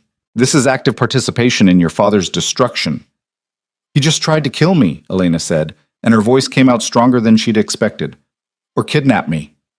Either way, he made it very clear I'm only valuable to him as leverage or as a corpse. So yes, Victor, I understand exactly what you're asking, and I want to help. Something like approval flashed in Victor's eyes. Then we're going to make Richard Cross regret every decision that led him to this moment. But first, you need to rest. You've had a significant shock and your body needs time to process the trauma. He stood, offering his hand. Elena took it, letting him pull her to her feet. She expected him to release her immediately, but Victor kept her hand in his thumb brushing across her knuckles in a gesture that felt almost protective. "You were very brave today," he said quietly, following Marcus's instructions without panic, staying calm during the extraction. Most people would have frozen or done something stupid that got them killed. "I was terrified," Elena admitted. "Bravery and terror aren't mutually exclusive. You can be both." Victor's free hand came up, fingers gentle as they brushed a smudge of dirt from her cheek. "You're stronger than you know, Elena." Today proved that. The tenderness in his touch, the unexpected praise, the way he was looking at her like she was something precious instead of just valuable. It was too much. Elena felt her carefully maintained distance crumbling, replaced by something dangerous and complicated. "Why do you care?" she whispered. "I'm just property, a tool to punish my father. Why does it matter if I'm brave or terrified?"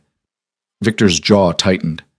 "Because you stopped being just a tool the moment you walked into my home and proved you were worth more than your father ever realized. Because watching you flourish under my protection gives me more satisfaction than any business victory. And because—" He stopped abruptly, something unreadable crossing his face. "Because you matter, Elena. To this household. To me. And I protect what matters." Before Elena could respond, before she could examine the implications of Victor admitting she mattered to him personally, the bunker door opened. Mrs. Chen appeared, her expression professionally calm despite the chaos upstairs. "The guest suite in the secure wing is prepared," Mrs. Chen said. "I've brought fresh clothes and the doctor is on his way to examine Miss Cross." Victor nodded, finally releasing Elena's hand. "Take her upstairs. Make sure she eats something. I'll join you after I've handled the immediate security concerns." Mrs. Chen guided Elena out of the bunker, up different stairs, through hallways Elena had never seen.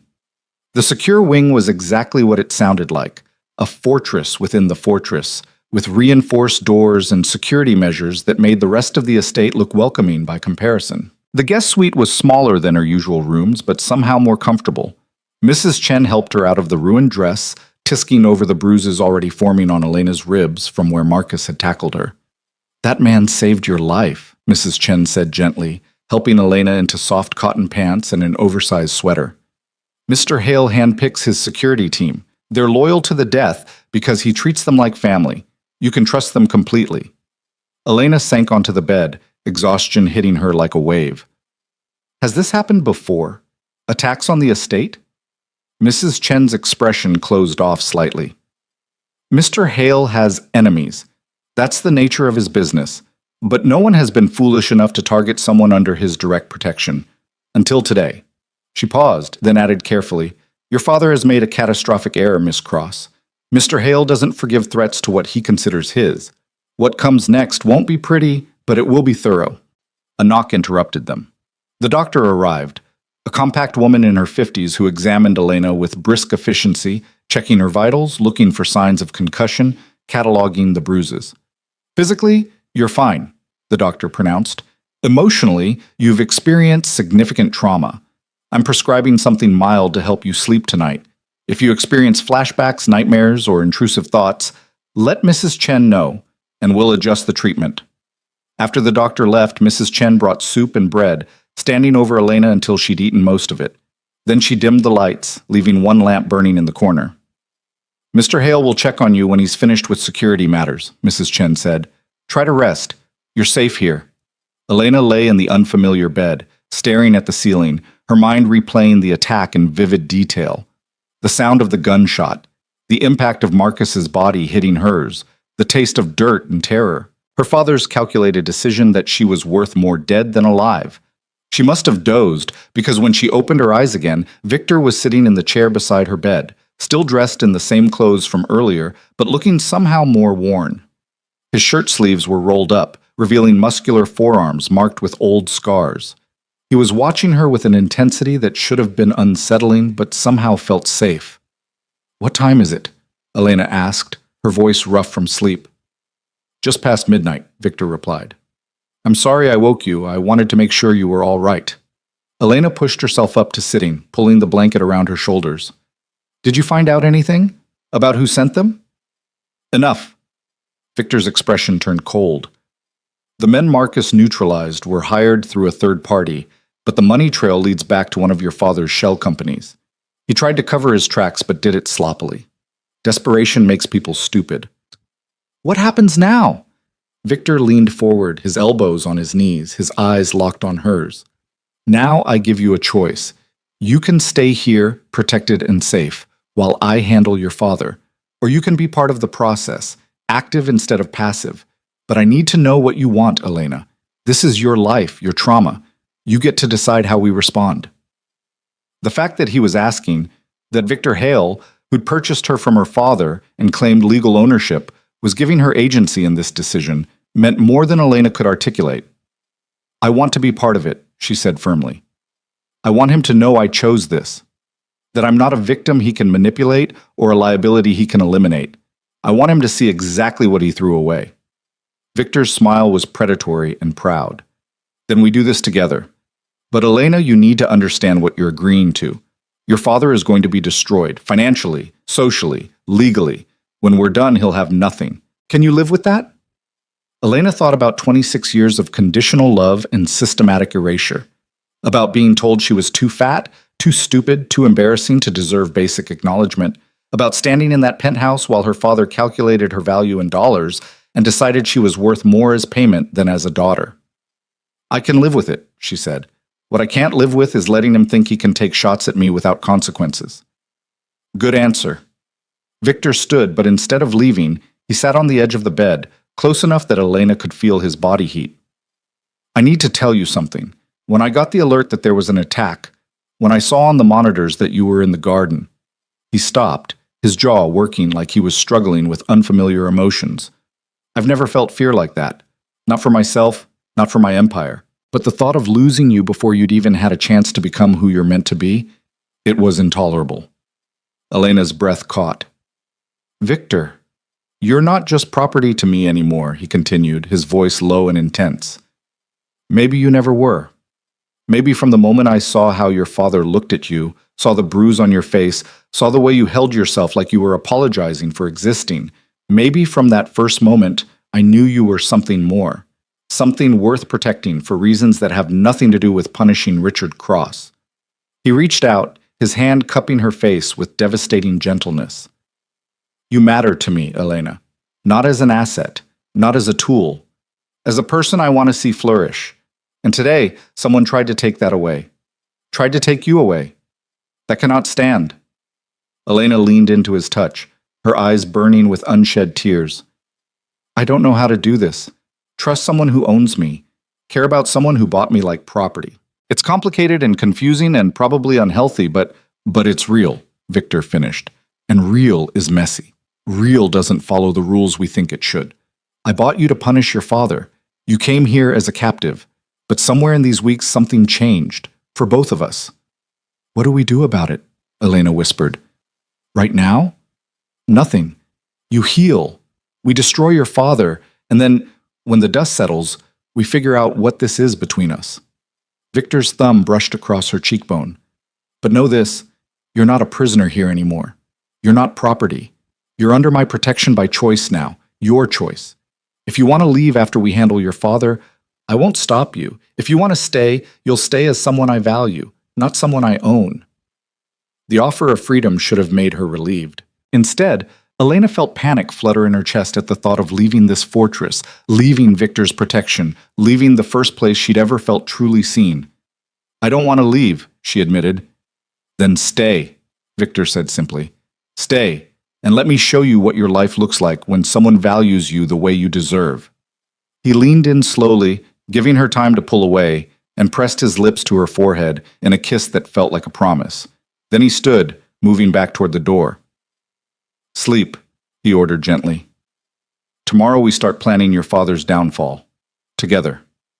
Victor left, and Elena sat in the darkness, her fingers touching the spot where his lips had been, her mind spinning with the realization that she was falling for the man who'd bought her, that she trusted him more than anyone in her life, that the thought of helping destroy her father felt less like revenge and more like justice. She slept better than she had in years. The next morning, Elena woke to find Victor had left detailed plans on the table in her sitting room. Diagrams, financial records, evidence of her father's crimes that went far beyond their personal arrangement. As she studied the documents, she realized Victor had been building a case against Richard Cross for months, long before the attack in the garden. Mrs. Chen appeared with breakfast and a knowing look. "Mr. Hale is in his study. He asked that you join him when you're ready." Elena dressed carefully, choosing clothes that made her feel strong rather than pretty. Black pants, fitted shirt, hair pulled back. She looked like someone who meant business, someone who wouldn't back down. Victor's study was a command center. Multiple screens showed financial data, security feeds, and what looked like surveillance photos of her father's movements. Victor stood in the center of it all, orchestrating destruction with the same precision he applied to everything. He looked up when Elena entered, his eyes tracking her from head to toe in that assessing way she'd come to recognize as his version of concern. "Sleep well?" he asked. "Better than I expected," Elena admitted. "What's all this?" "This is how we take down an empire," Victor replied, gesturing to the screens. "Your father built his reputation on appearing untouchable. Old money, legitimate businesses. But underneath, he's running schemes that would make organized crime look ethical. Tax evasion, embezzlement, fraud. I've been collecting evidence for months. Now we use it." Elena moved closer, studying the documents. "Why wait? You could have destroyed him already." "Because I wanted him to think he'd gotten away with it. Wanted him comfortable and careless." Victor's smile was cold. "And because I wanted you to be part of his destruction. You deserve that satisfaction." He pulled up another screen, and Elena felt her stomach drop. It was surveillance footage from the garden attack, showing the moment the first shot was fired, the way her security detail had responded, the brutal efficiency of the takedown. "Your father paid those men $30,000 to either bring you back or eliminate you," Victor said flatly. "The contract specified they could choose whichever option proved easier. Your life was worth $30,000 to the man who created you." The casual cruelty of it, the dollar amount assigned to her existence, should have broken her. Instead, it crystallized her resolve into something diamond hard. "What do you need me to do?" Elena asked. Victor turned to face her fully.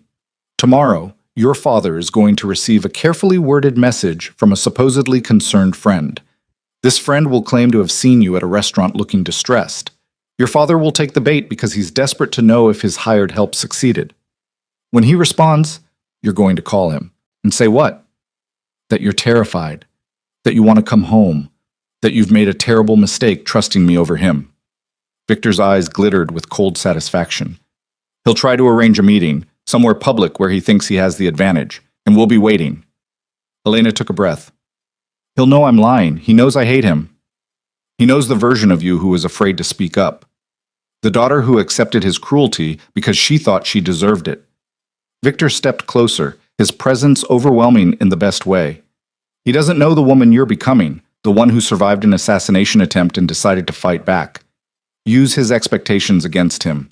Be the victim he thinks you are. And when he's vulnerable, we strike." "This is really happening," Elena said, not quite believing it. "We're actually going to destroy him." "We're going to give him exactly what he gave you," Victor corrected. "Betrayal, abandonment, the realization that everything he valued was built on sand. And you're going to look him in the eye while his world burns and know that you helped light the match." Elena felt something fierce and powerful unfurl in her chest. Not revenge, something cleaner than that. Justice, accountability, the absolute certainty that Richard Cross would finally pay for his cruelty. "When do we start?" she asked.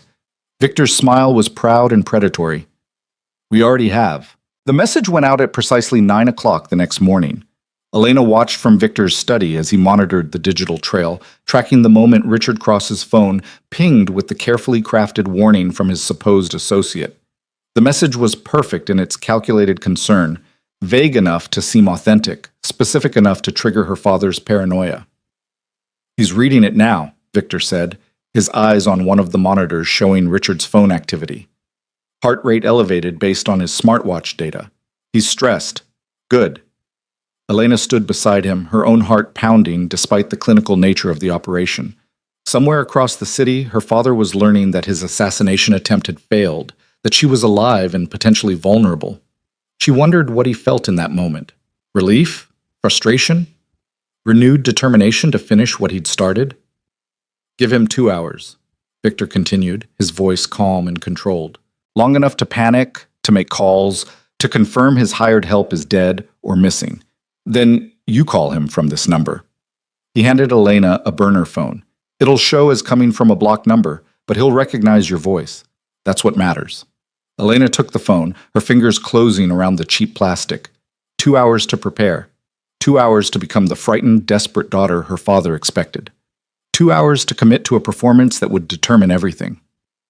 Mrs. Chen appeared in the doorway with tea and what looked like cucumber sandwiches, as if they were planning a garden party instead of orchestrating someone's destruction. You should eat something, Miss Cross, and perhaps rest. You'll need your voice to sound appropriately distressed. It was such a practical observation that Elena almost laughed, but she forced down half a sandwich and sipped the tea, letting the familiar ritual ground her while Victor worked through security protocols and contingency plans.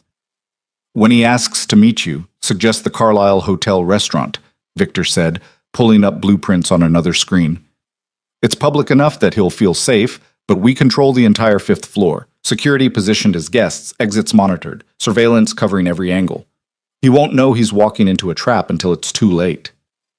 What happens when he arrives? Elena asked. Victor's smile was cold. You'll be wearing a wire. Every word he says will be recorded. We need him to confess, not just to the attack, but to everything. The embezzlement. The fraud. His real reasons for trading you to me. Once we have his confession on tape, I hand everything to the federal prosecutor who's been waiting for exactly this kind of evidence. He goes to prison, Elena said slowly, understanding the full scope of what Victor had planned. He goes to prison for a very long time. His assets get frozen and eventually seized. His reputation becomes a cautionary tale. And you, Victor turned to face her fully, his expression softer than she'd seen it. You get to walk away from him forever, knowing he can never touch you again. The enormity of it settled over Elena like a weight. Not just revenge, complete and total liberation, the legal, permanent end to her father's control over any aspect of her life. I'm scared, she admitted quietly. You should be. This is dangerous. Victor's hand came up, fingers gentle against her jaw. But you're not alone. I'll be in the restaurant, 3 tables away, watching everything. My security team will be positioned throughout the building. And if at any moment you feel unsafe, you say the code word and we extract you immediately. What's the code word? Renaissance, Victor said. From that art history book you got lost in. Easy to work into conversation naturally. The moment I hear it, we shut everything down and get you out. Elena nodded, committing it to memory. Renaissance, her escape route if everything went wrong. The 2 hours passed in a blur of preparation. Victor's tech specialist fitted Elena with a wire so thin and sophisticated it was invisible beneath her clothes. They rehearsed potential conversations, anticipating her father's questions and crafting responses that would draw out his confession without seeming obviously leading. And through it all, Victor remained calm and controlled, a steady presence that kept Elena's panic at manageable levels. At 11 o'clock, Victor handed her the burner phone. It's time. Remember, you're scared, confused, desperate to escape. He needs to believe you're still the broken daughter he traded away. Can you do that? Elena took a breath, letting herself sink into the role. The frightened girl she'd been in her father's penthouse. The one who apologized for existing and accepted cruelty as love. That version of herself still lived inside her, just buried under the strength she'd developed in Victor's home. She dialed her father's private number, the one he'd given her years ago with strict instructions to only use in emergencies. It rang 3 times before he answered, his voice tight with barely controlled tension. Who is this? Daddy? Elena let her voice shake, pitching it higher and younger than her natural tone. It's me. It's Elena. Silence stretched across the line, heavy with calculation. Then Richard's voice came back smoother, concerned in a way that made her skin crawl. Elena, sweetheart, where are you? Are you all right? I've been so worried since you tried to have me killed. The words escaped before Elena could stop them. too raw and honest for the role she was supposed to play. Another pause. Then Richard laughed, and it was the most chilling sound Elena had ever heard. Is that what Victor told you? That I would hurt my own daughter? Elena, he's manipulating you, playing on your insecurities to turn you against your family. You have to know I would never— The men had photos of me, Elena interrupted, Victor's coached responses coming back to her. Surveillance photos, movement patterns. They knew exactly where I'd be in the garden that day. Victor's men, Richard said quickly, staged to make it look like I was responsible. Don't you see? He's creating a narrative where you're unsafe everywhere except with him. It's textbook manipulation, sweetheart. You're smarter than this. Elena met Victor's eyes across the study. He nodded slightly, encouraging her to continue. I don't know what to believe anymore, Elena said, letting genuine tears creep into her voice. I'm so confused and scared, and I just want this to be over. I want to come home. She could practically hear her father smile through the phone. Of course you do, and I want that too, sweetheart. We can fix this. All of it. Victor's contract isn't as ironclad as he thinks. I have lawyers looking into it right now, but I need you to meet me, somewhere we can talk privately without his surveillance. He watches everything, Elena whispered. I can't just leave. The security detail. You're my daughter, not his prisoner. You have rights. Richard's voice took on the commanding tone she remembered from childhood. Tomorrow, lunch. The Carlisle Hotel restaurant, 1 o'clock. It's public enough that Victor won't risk making a scene. Can you get there? Elena pretended to hesitate. I think so. There's a routine security shift change at noon. If I time it right, good girl, smart girl. The approval in Richard's voice made her stomach turn. Come alone. If Victor or his people show up, I walk away and you're stuck in his world forever. Understand? I understand, Elena said. Tomorrow at 1. I'll be there. Wear something nice, Richard added. Something that reminds you of who you really are, not whatever costume Victor's dressed you in to play his games. The line went dead. Elena lowered the phone, her hands shaking for real now. Victor crossed to her immediately, his presence grounding and solid. You were perfect, he said quietly. Better than I expected. He bought every word. He thinks I'm still the same broken girl, Elena replied, her voice hollow. He actually believes I'd come running back to him after everything he's done. That's exactly what we need him to believe. Victor took the phone from her trembling fingers. The arrogance of men like your father is what destroys them. He can't conceive of you growing beyond his limited perception. That blindness is his fatal flaw. Elena sank into a chair, the adrenaline draining out of her system and leaving exhaustion in its wake. What if something goes wrong? What if he realizes it's a trap? Then we adapt. Victor crouched in front of her, his hands covering hers. But nothing is going to go wrong because we've planned for every contingency. You walk in, you sit down, you let him talk. He'll confess because men like him can't resist explaining exactly how clever they are. And when he does, we have him. And then it's over, Elena whispered. He goes away forever, and I'm free. Victor's expression softened in a way she'd rarely seen. And then you get to decide what your life looks like. No father controlling you, no contract binding you, just choices, Elena, all yours. The next 24 hours crawled by with agonizing slowness. Elena tried to focus on her Columbia prep work, on walking the gardens with her security detail, on anything that would distract her from the confrontation looming ahead. But her mind kept circling back to the restaurant, the wire beneath her clothes, the moment she'd have to look her father in the eye and pretend she still wanted his approval. Victor was constantly present, but not smothering. He checked on her throughout the day, ensured she ate, sat with her during dinner, and let the silence be comfortable instead of tense. And that night, when Elena couldn't sleep, she found him in the library reading through final preparations. Tomorrow changes everything, she said from the doorway. Victor looked up, setting aside his tablet. It does. Are you ready? Elena crossed to where he sat, curling into the chair beside him.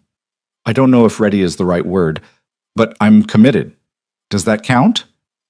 It counts more. Victor studied her in the low lamplight. You could still walk away, call him back, cancel the meeting, live under my protection without ever confronting him directly. I'd understand. No, you wouldn't, Elena said with a slight smile. You'd think I was weak, that I let fear win. I'd think you were being smart about self-preservation, Victor corrected. There's no shame in choosing safety over confrontation. Elena shook her head. I need to do this. Not for revenge, not even for justice, really. I need to look at him and know I'm not afraid anymore. That he doesn't have power over me.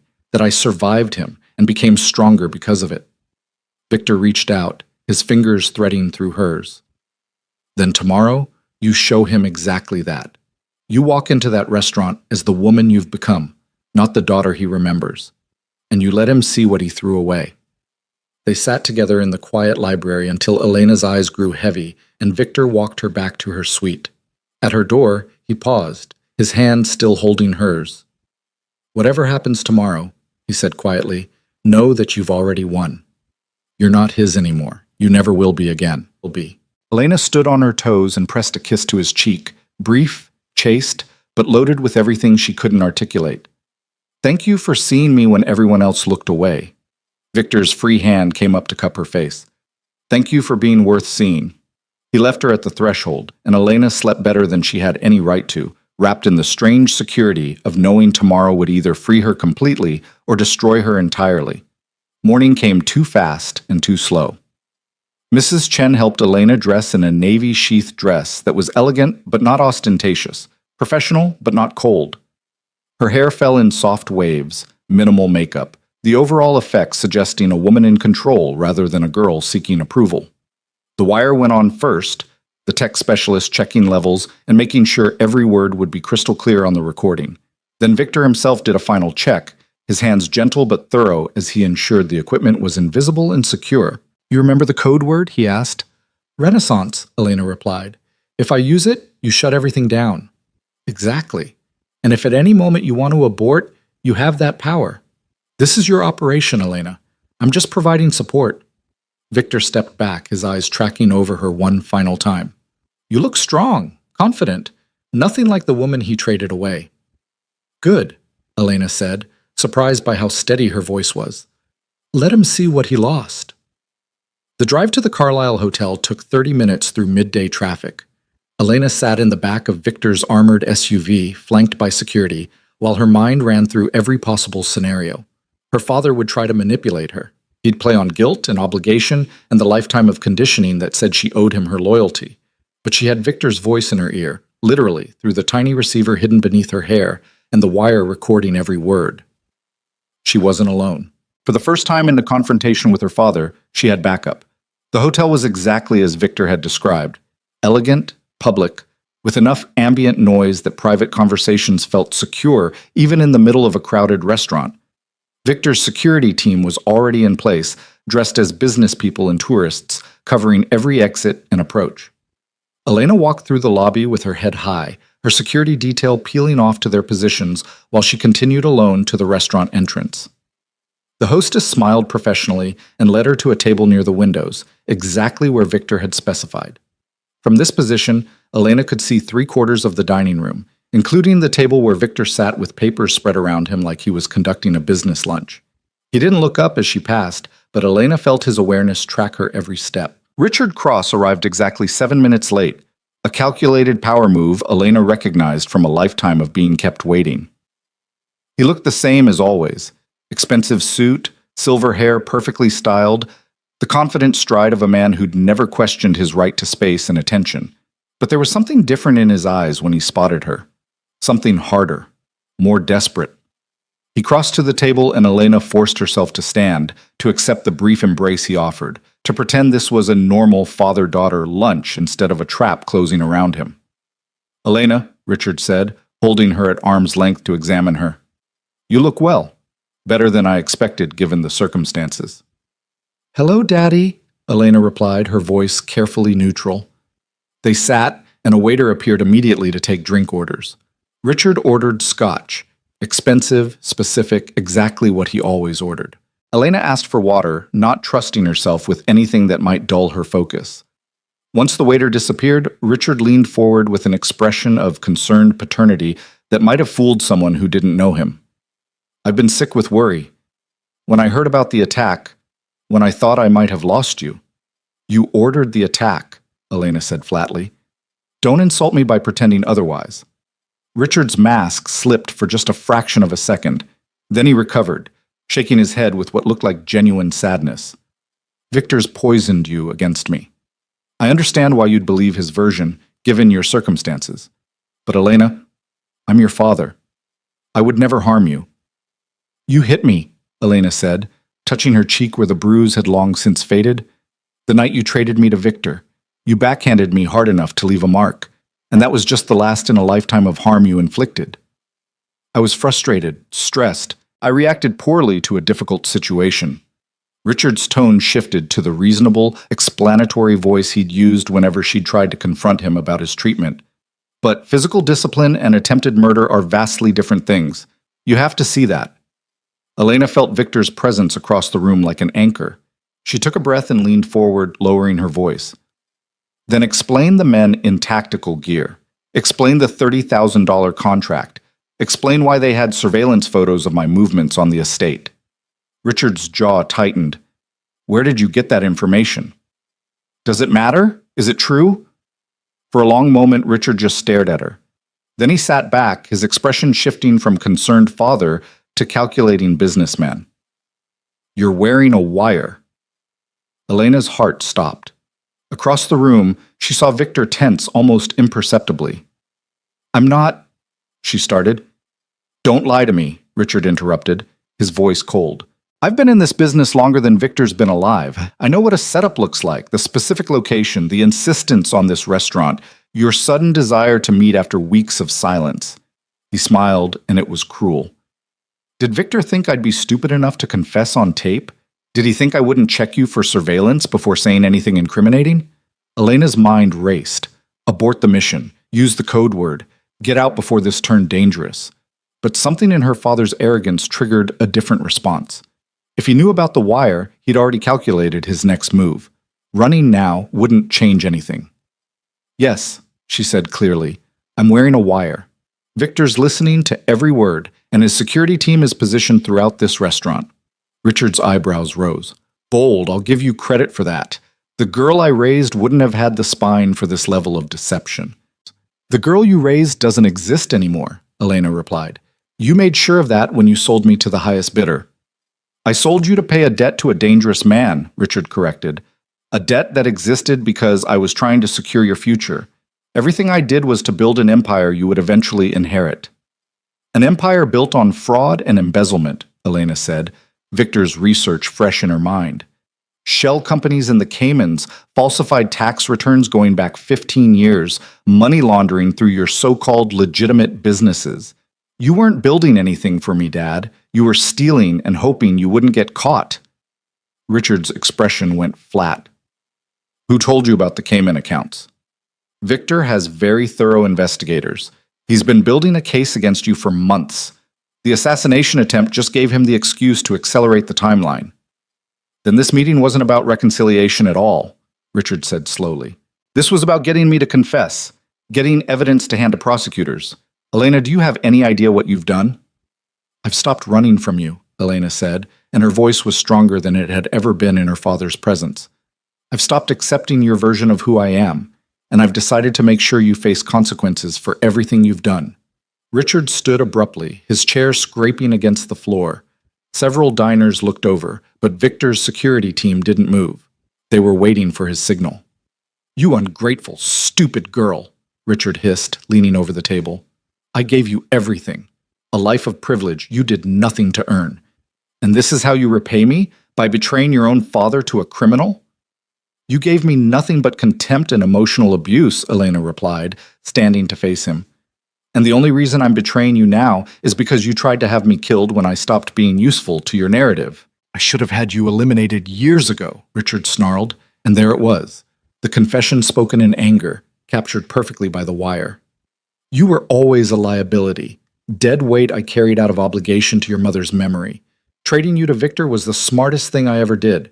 Getting rid of you permanently would have been smarter. Elena felt the words hit like physical blows, but she didn't flinch. And there it is. Your real feelings, recorded for posterity. Richard's face went pale as he realized what he'd just said.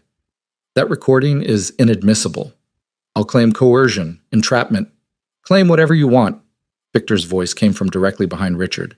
Elena watched her father spin around to face the man who'd orchestrated his downfall. The recording is just insurance.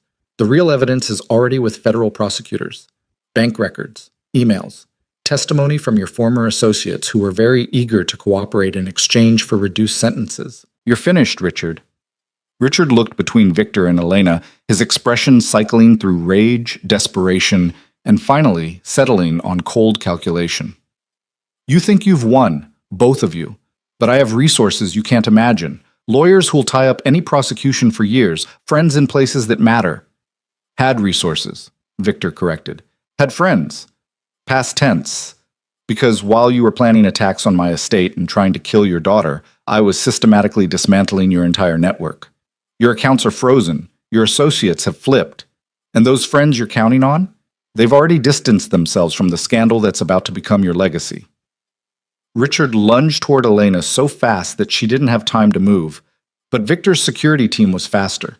3 men appeared from nowhere, intercepting Richard and forcing him back into his chair with professional efficiency. Don't touch her, Victor said quietly, and the threat in his voice made the temperature drop. You've lost the privilege of being in her presence, and if you're very fortunate, you'll never see her again after today. Federal agents appeared at the restaurant entrance. Victor's final contingency, Elena realized. This had been coordinated with law enforcement from the beginning. Her father was being arrested in public, in front of witnesses, with his confession recorded and his crimes documented. Richard Cross was led away in handcuffs, still protesting, still threatening, still convinced he could talk his way out of consequences the way he'd done his entire life. But this time, the law wasn't listening. Elena stood frozen at the table, watching her father disappear through the restaurant doors, feeling like the ground had shifted beneath her feet. It was over. Actually over. He couldn't hurt her anymore.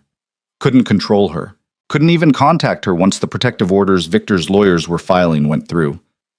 Elena, Victor's voice was gentle. Let's go home. She turned to him, and the tears she'd been holding back finally spilled over. I did it. I actually did it. You were magnificent, Victor said, and there was genuine pride in his voice. Stronger than I imagined, braver than he deserved. He guided her out of the restaurant, through the lobby, into the waiting SUV. And as they drove away from the Carlisle Hotel, Elena watched the building disappear in the rearview mirror and felt something she'd never experienced before. Freedom. The days following her father's arrest passed in a strange blur of legal proceedings and media frenzy. Elena watched from the safety of Victor's estate as the story exploded across every news outlet in the city. Richard Cross, once untouchable pillar of New York society, now facing federal charges for fraud, embezzlement, money laundering, and conspiracy to commit murder. The details were salacious enough to dominate headlines for weeks. The daughter he'd traded to a rival, the assassination attempt, the recorded confession that made denial impossible. Victor shielded her from the worst of it, but Elena insisted on reading the reports. She needed to see it in black and white. Needed proof that her father's empire was truly crumbling, that the man who'd spent 26 years convincing her she was worthless was finally being held accountable.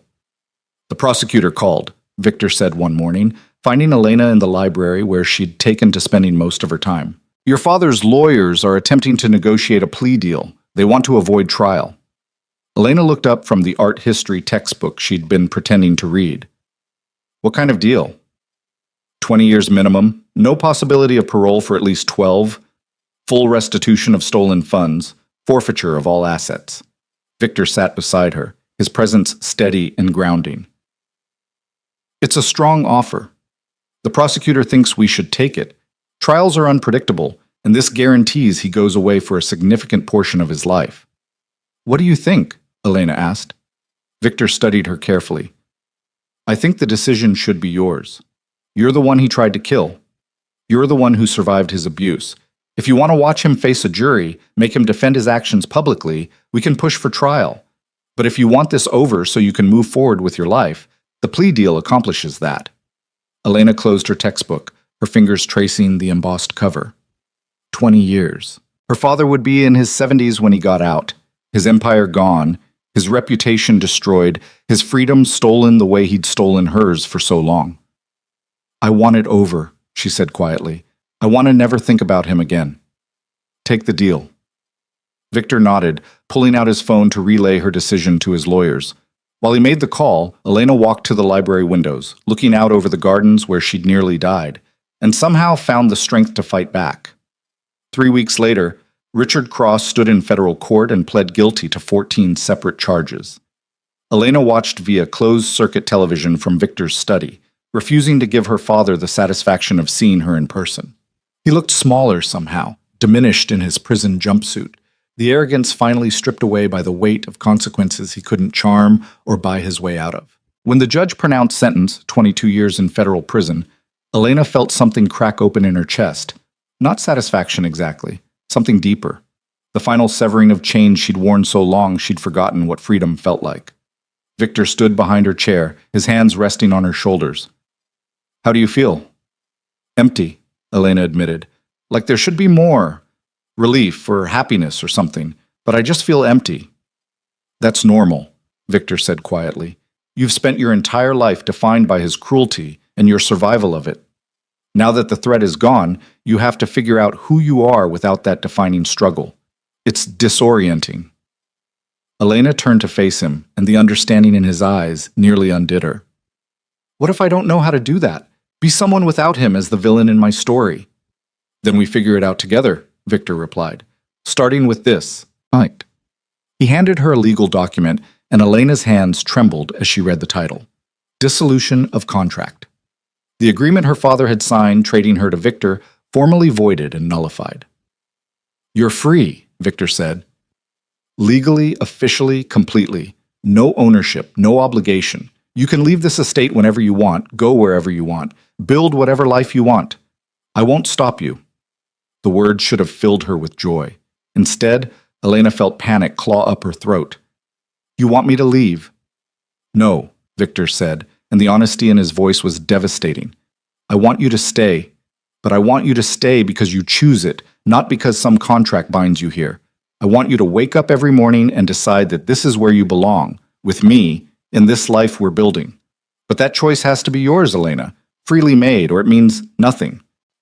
Elena stared at the dissolution papers, at the legal language that erased every chain her father had placed on her, and realized she was terrified.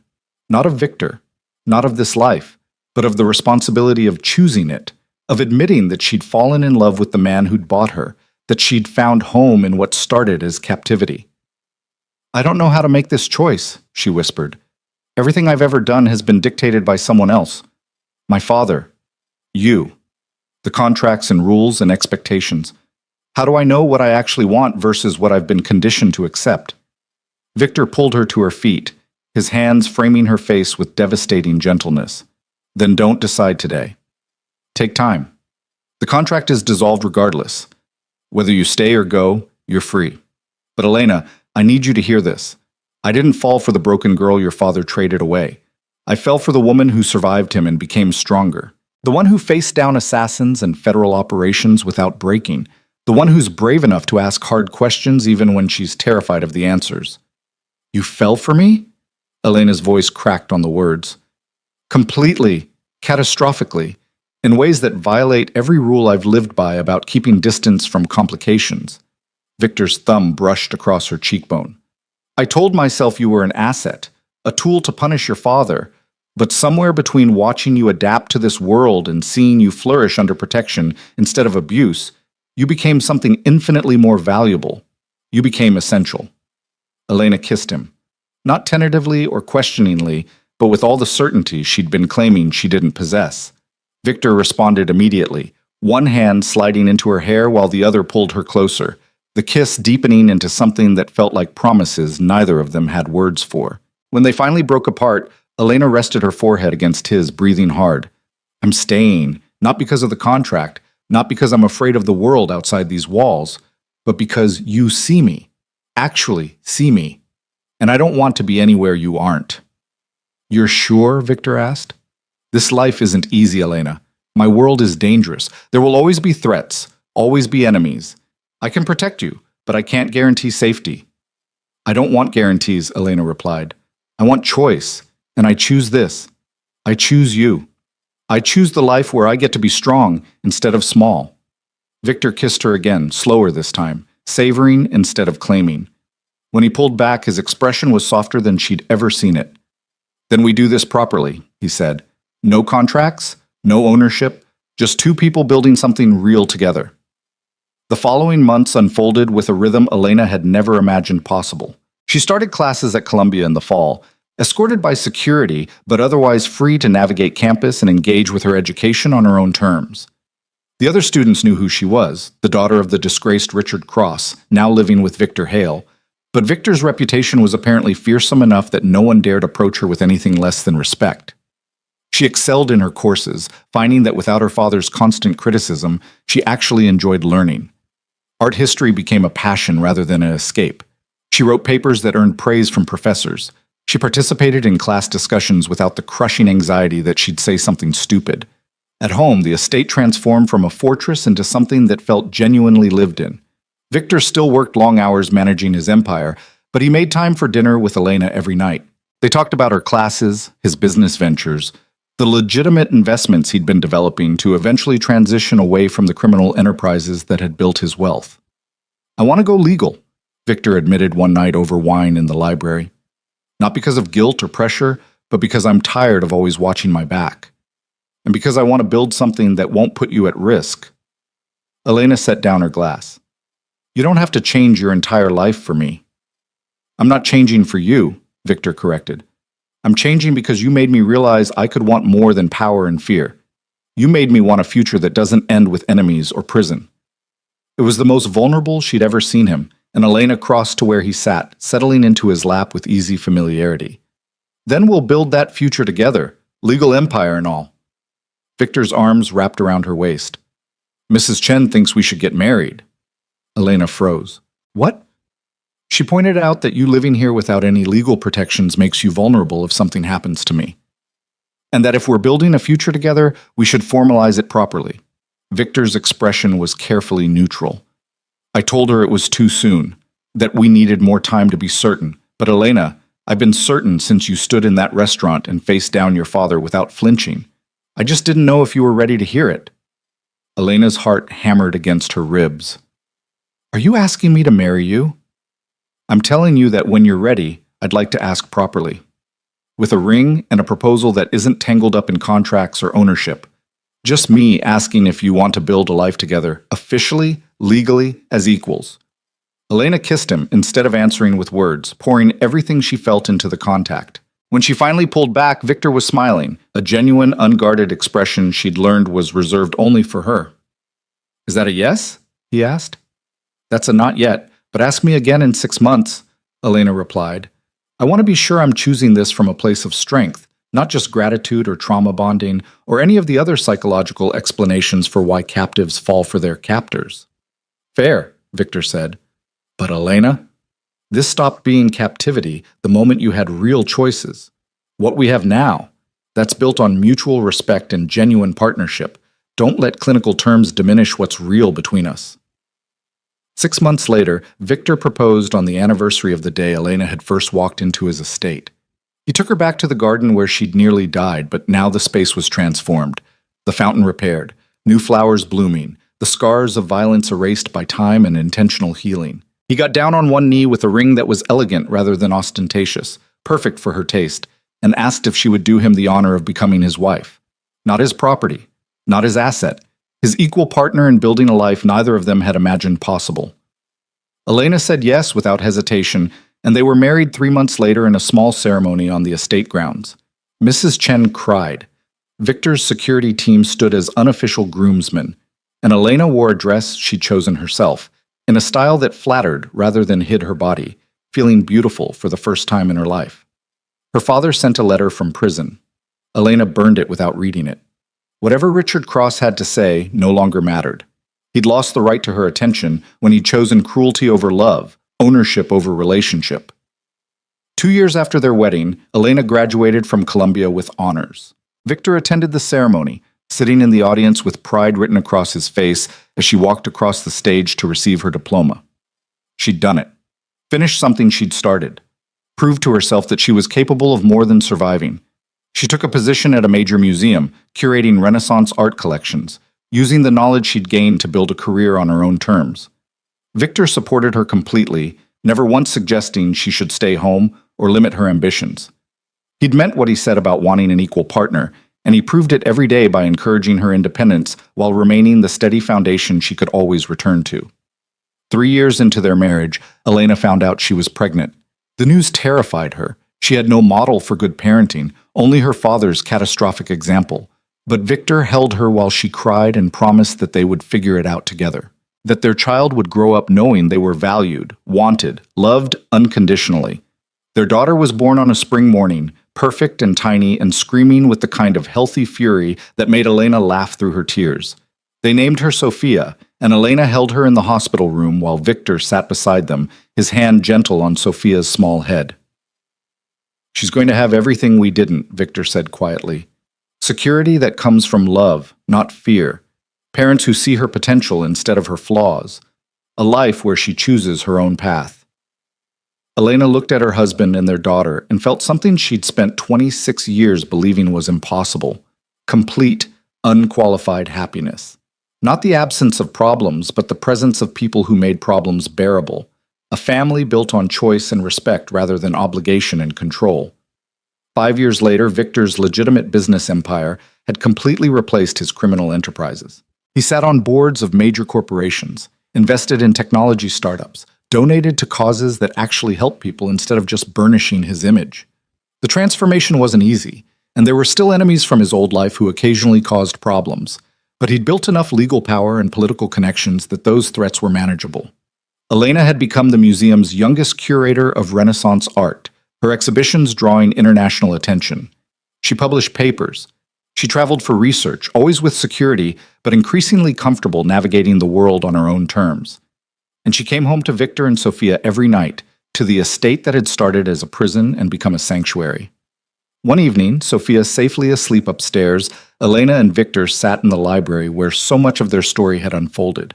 Elena was curled against his side, reading exhibition proposals, while Victor reviewed acquisition opportunities for his investment portfolio. "Do you ever think about how we started?" Elena asked suddenly. Victor set aside his papers.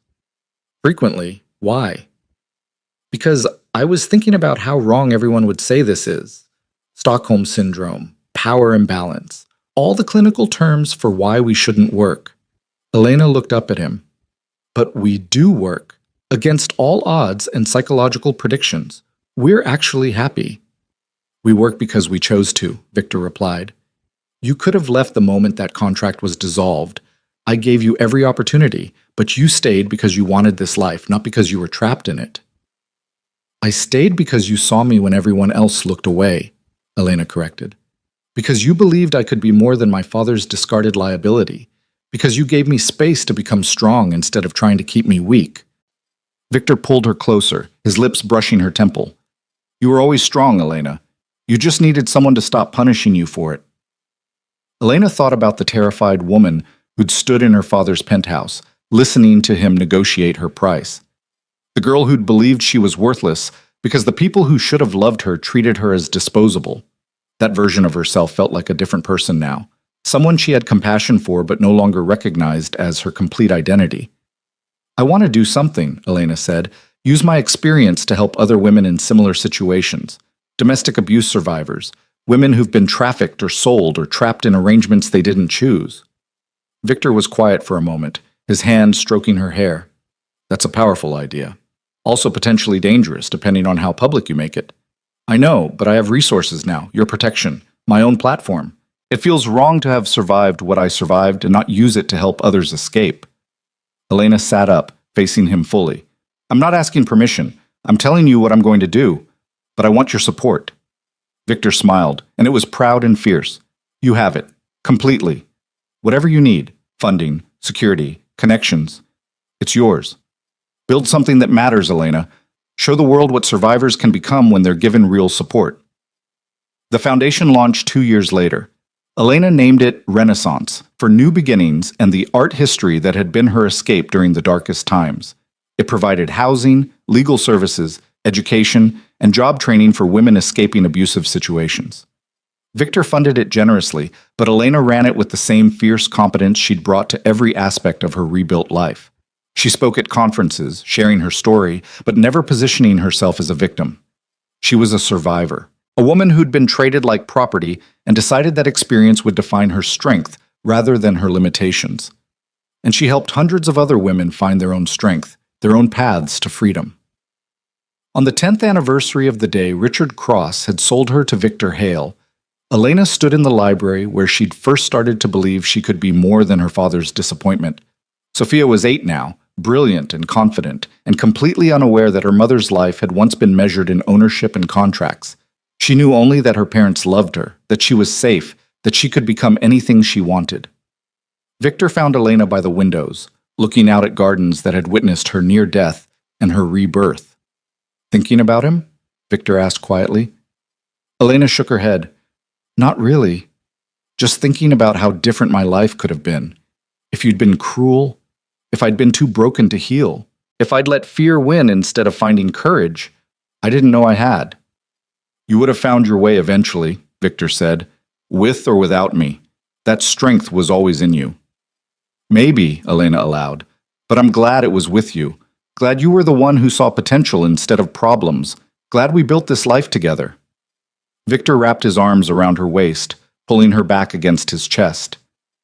Richard wrote again. The lawyers forwarded the letter. Elena stiffened slightly. Her father had been writing periodically for years, letters she never read, attempts at reconciliation or manipulation she refused to engage with. He was scheduled for release in 8 more years, his health failing, his empire long since dissolved and distributed to his victims. "Burn it," she said. "Already did," Victor replied, "but I wanted you to know it came, in case you ever wanted to respond." Elena turned in his arms, looking up at the man who'd bought her and somehow given her everything her father never had: love, respect, the space to become whoever she wanted to be. "I have nothing to say to him," Elena said firmly. "He stopped being relevant to my story the moment I chose you over his manipulation. He's just a cautionary tale now, a reminder of what happens when you treat people as disposable." "Good," Victor said, "because you, Elena Hale, are anything but disposable. You're essential. To me, to our daughter, to every woman your foundation helps escape the kind of life you survived." Elena kissed him, deep and certain, tasting a decade of shared history and countless tomorrows still to come. When they broke apart, she rested her forehead against his, breathing in the expensive cologne that had become synonymous with safety and home.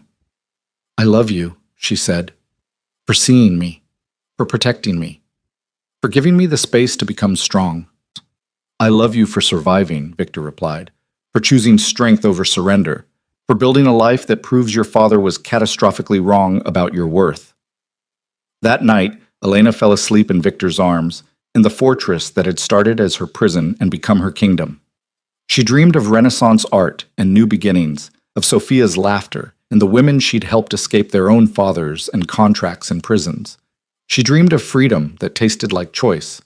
And when she woke the next morning to sunlight streaming through windows that no longer felt like barriers, Elena Cross, now Elena Hale, smiled at the life she'd built from the ashes of her father's worst betrayal. She'd been sold as punishment and become a queen in her own right. She'd been treated as worthless and proven her immeasurable value. She'd been broken by cruelty and rebuilt through respect.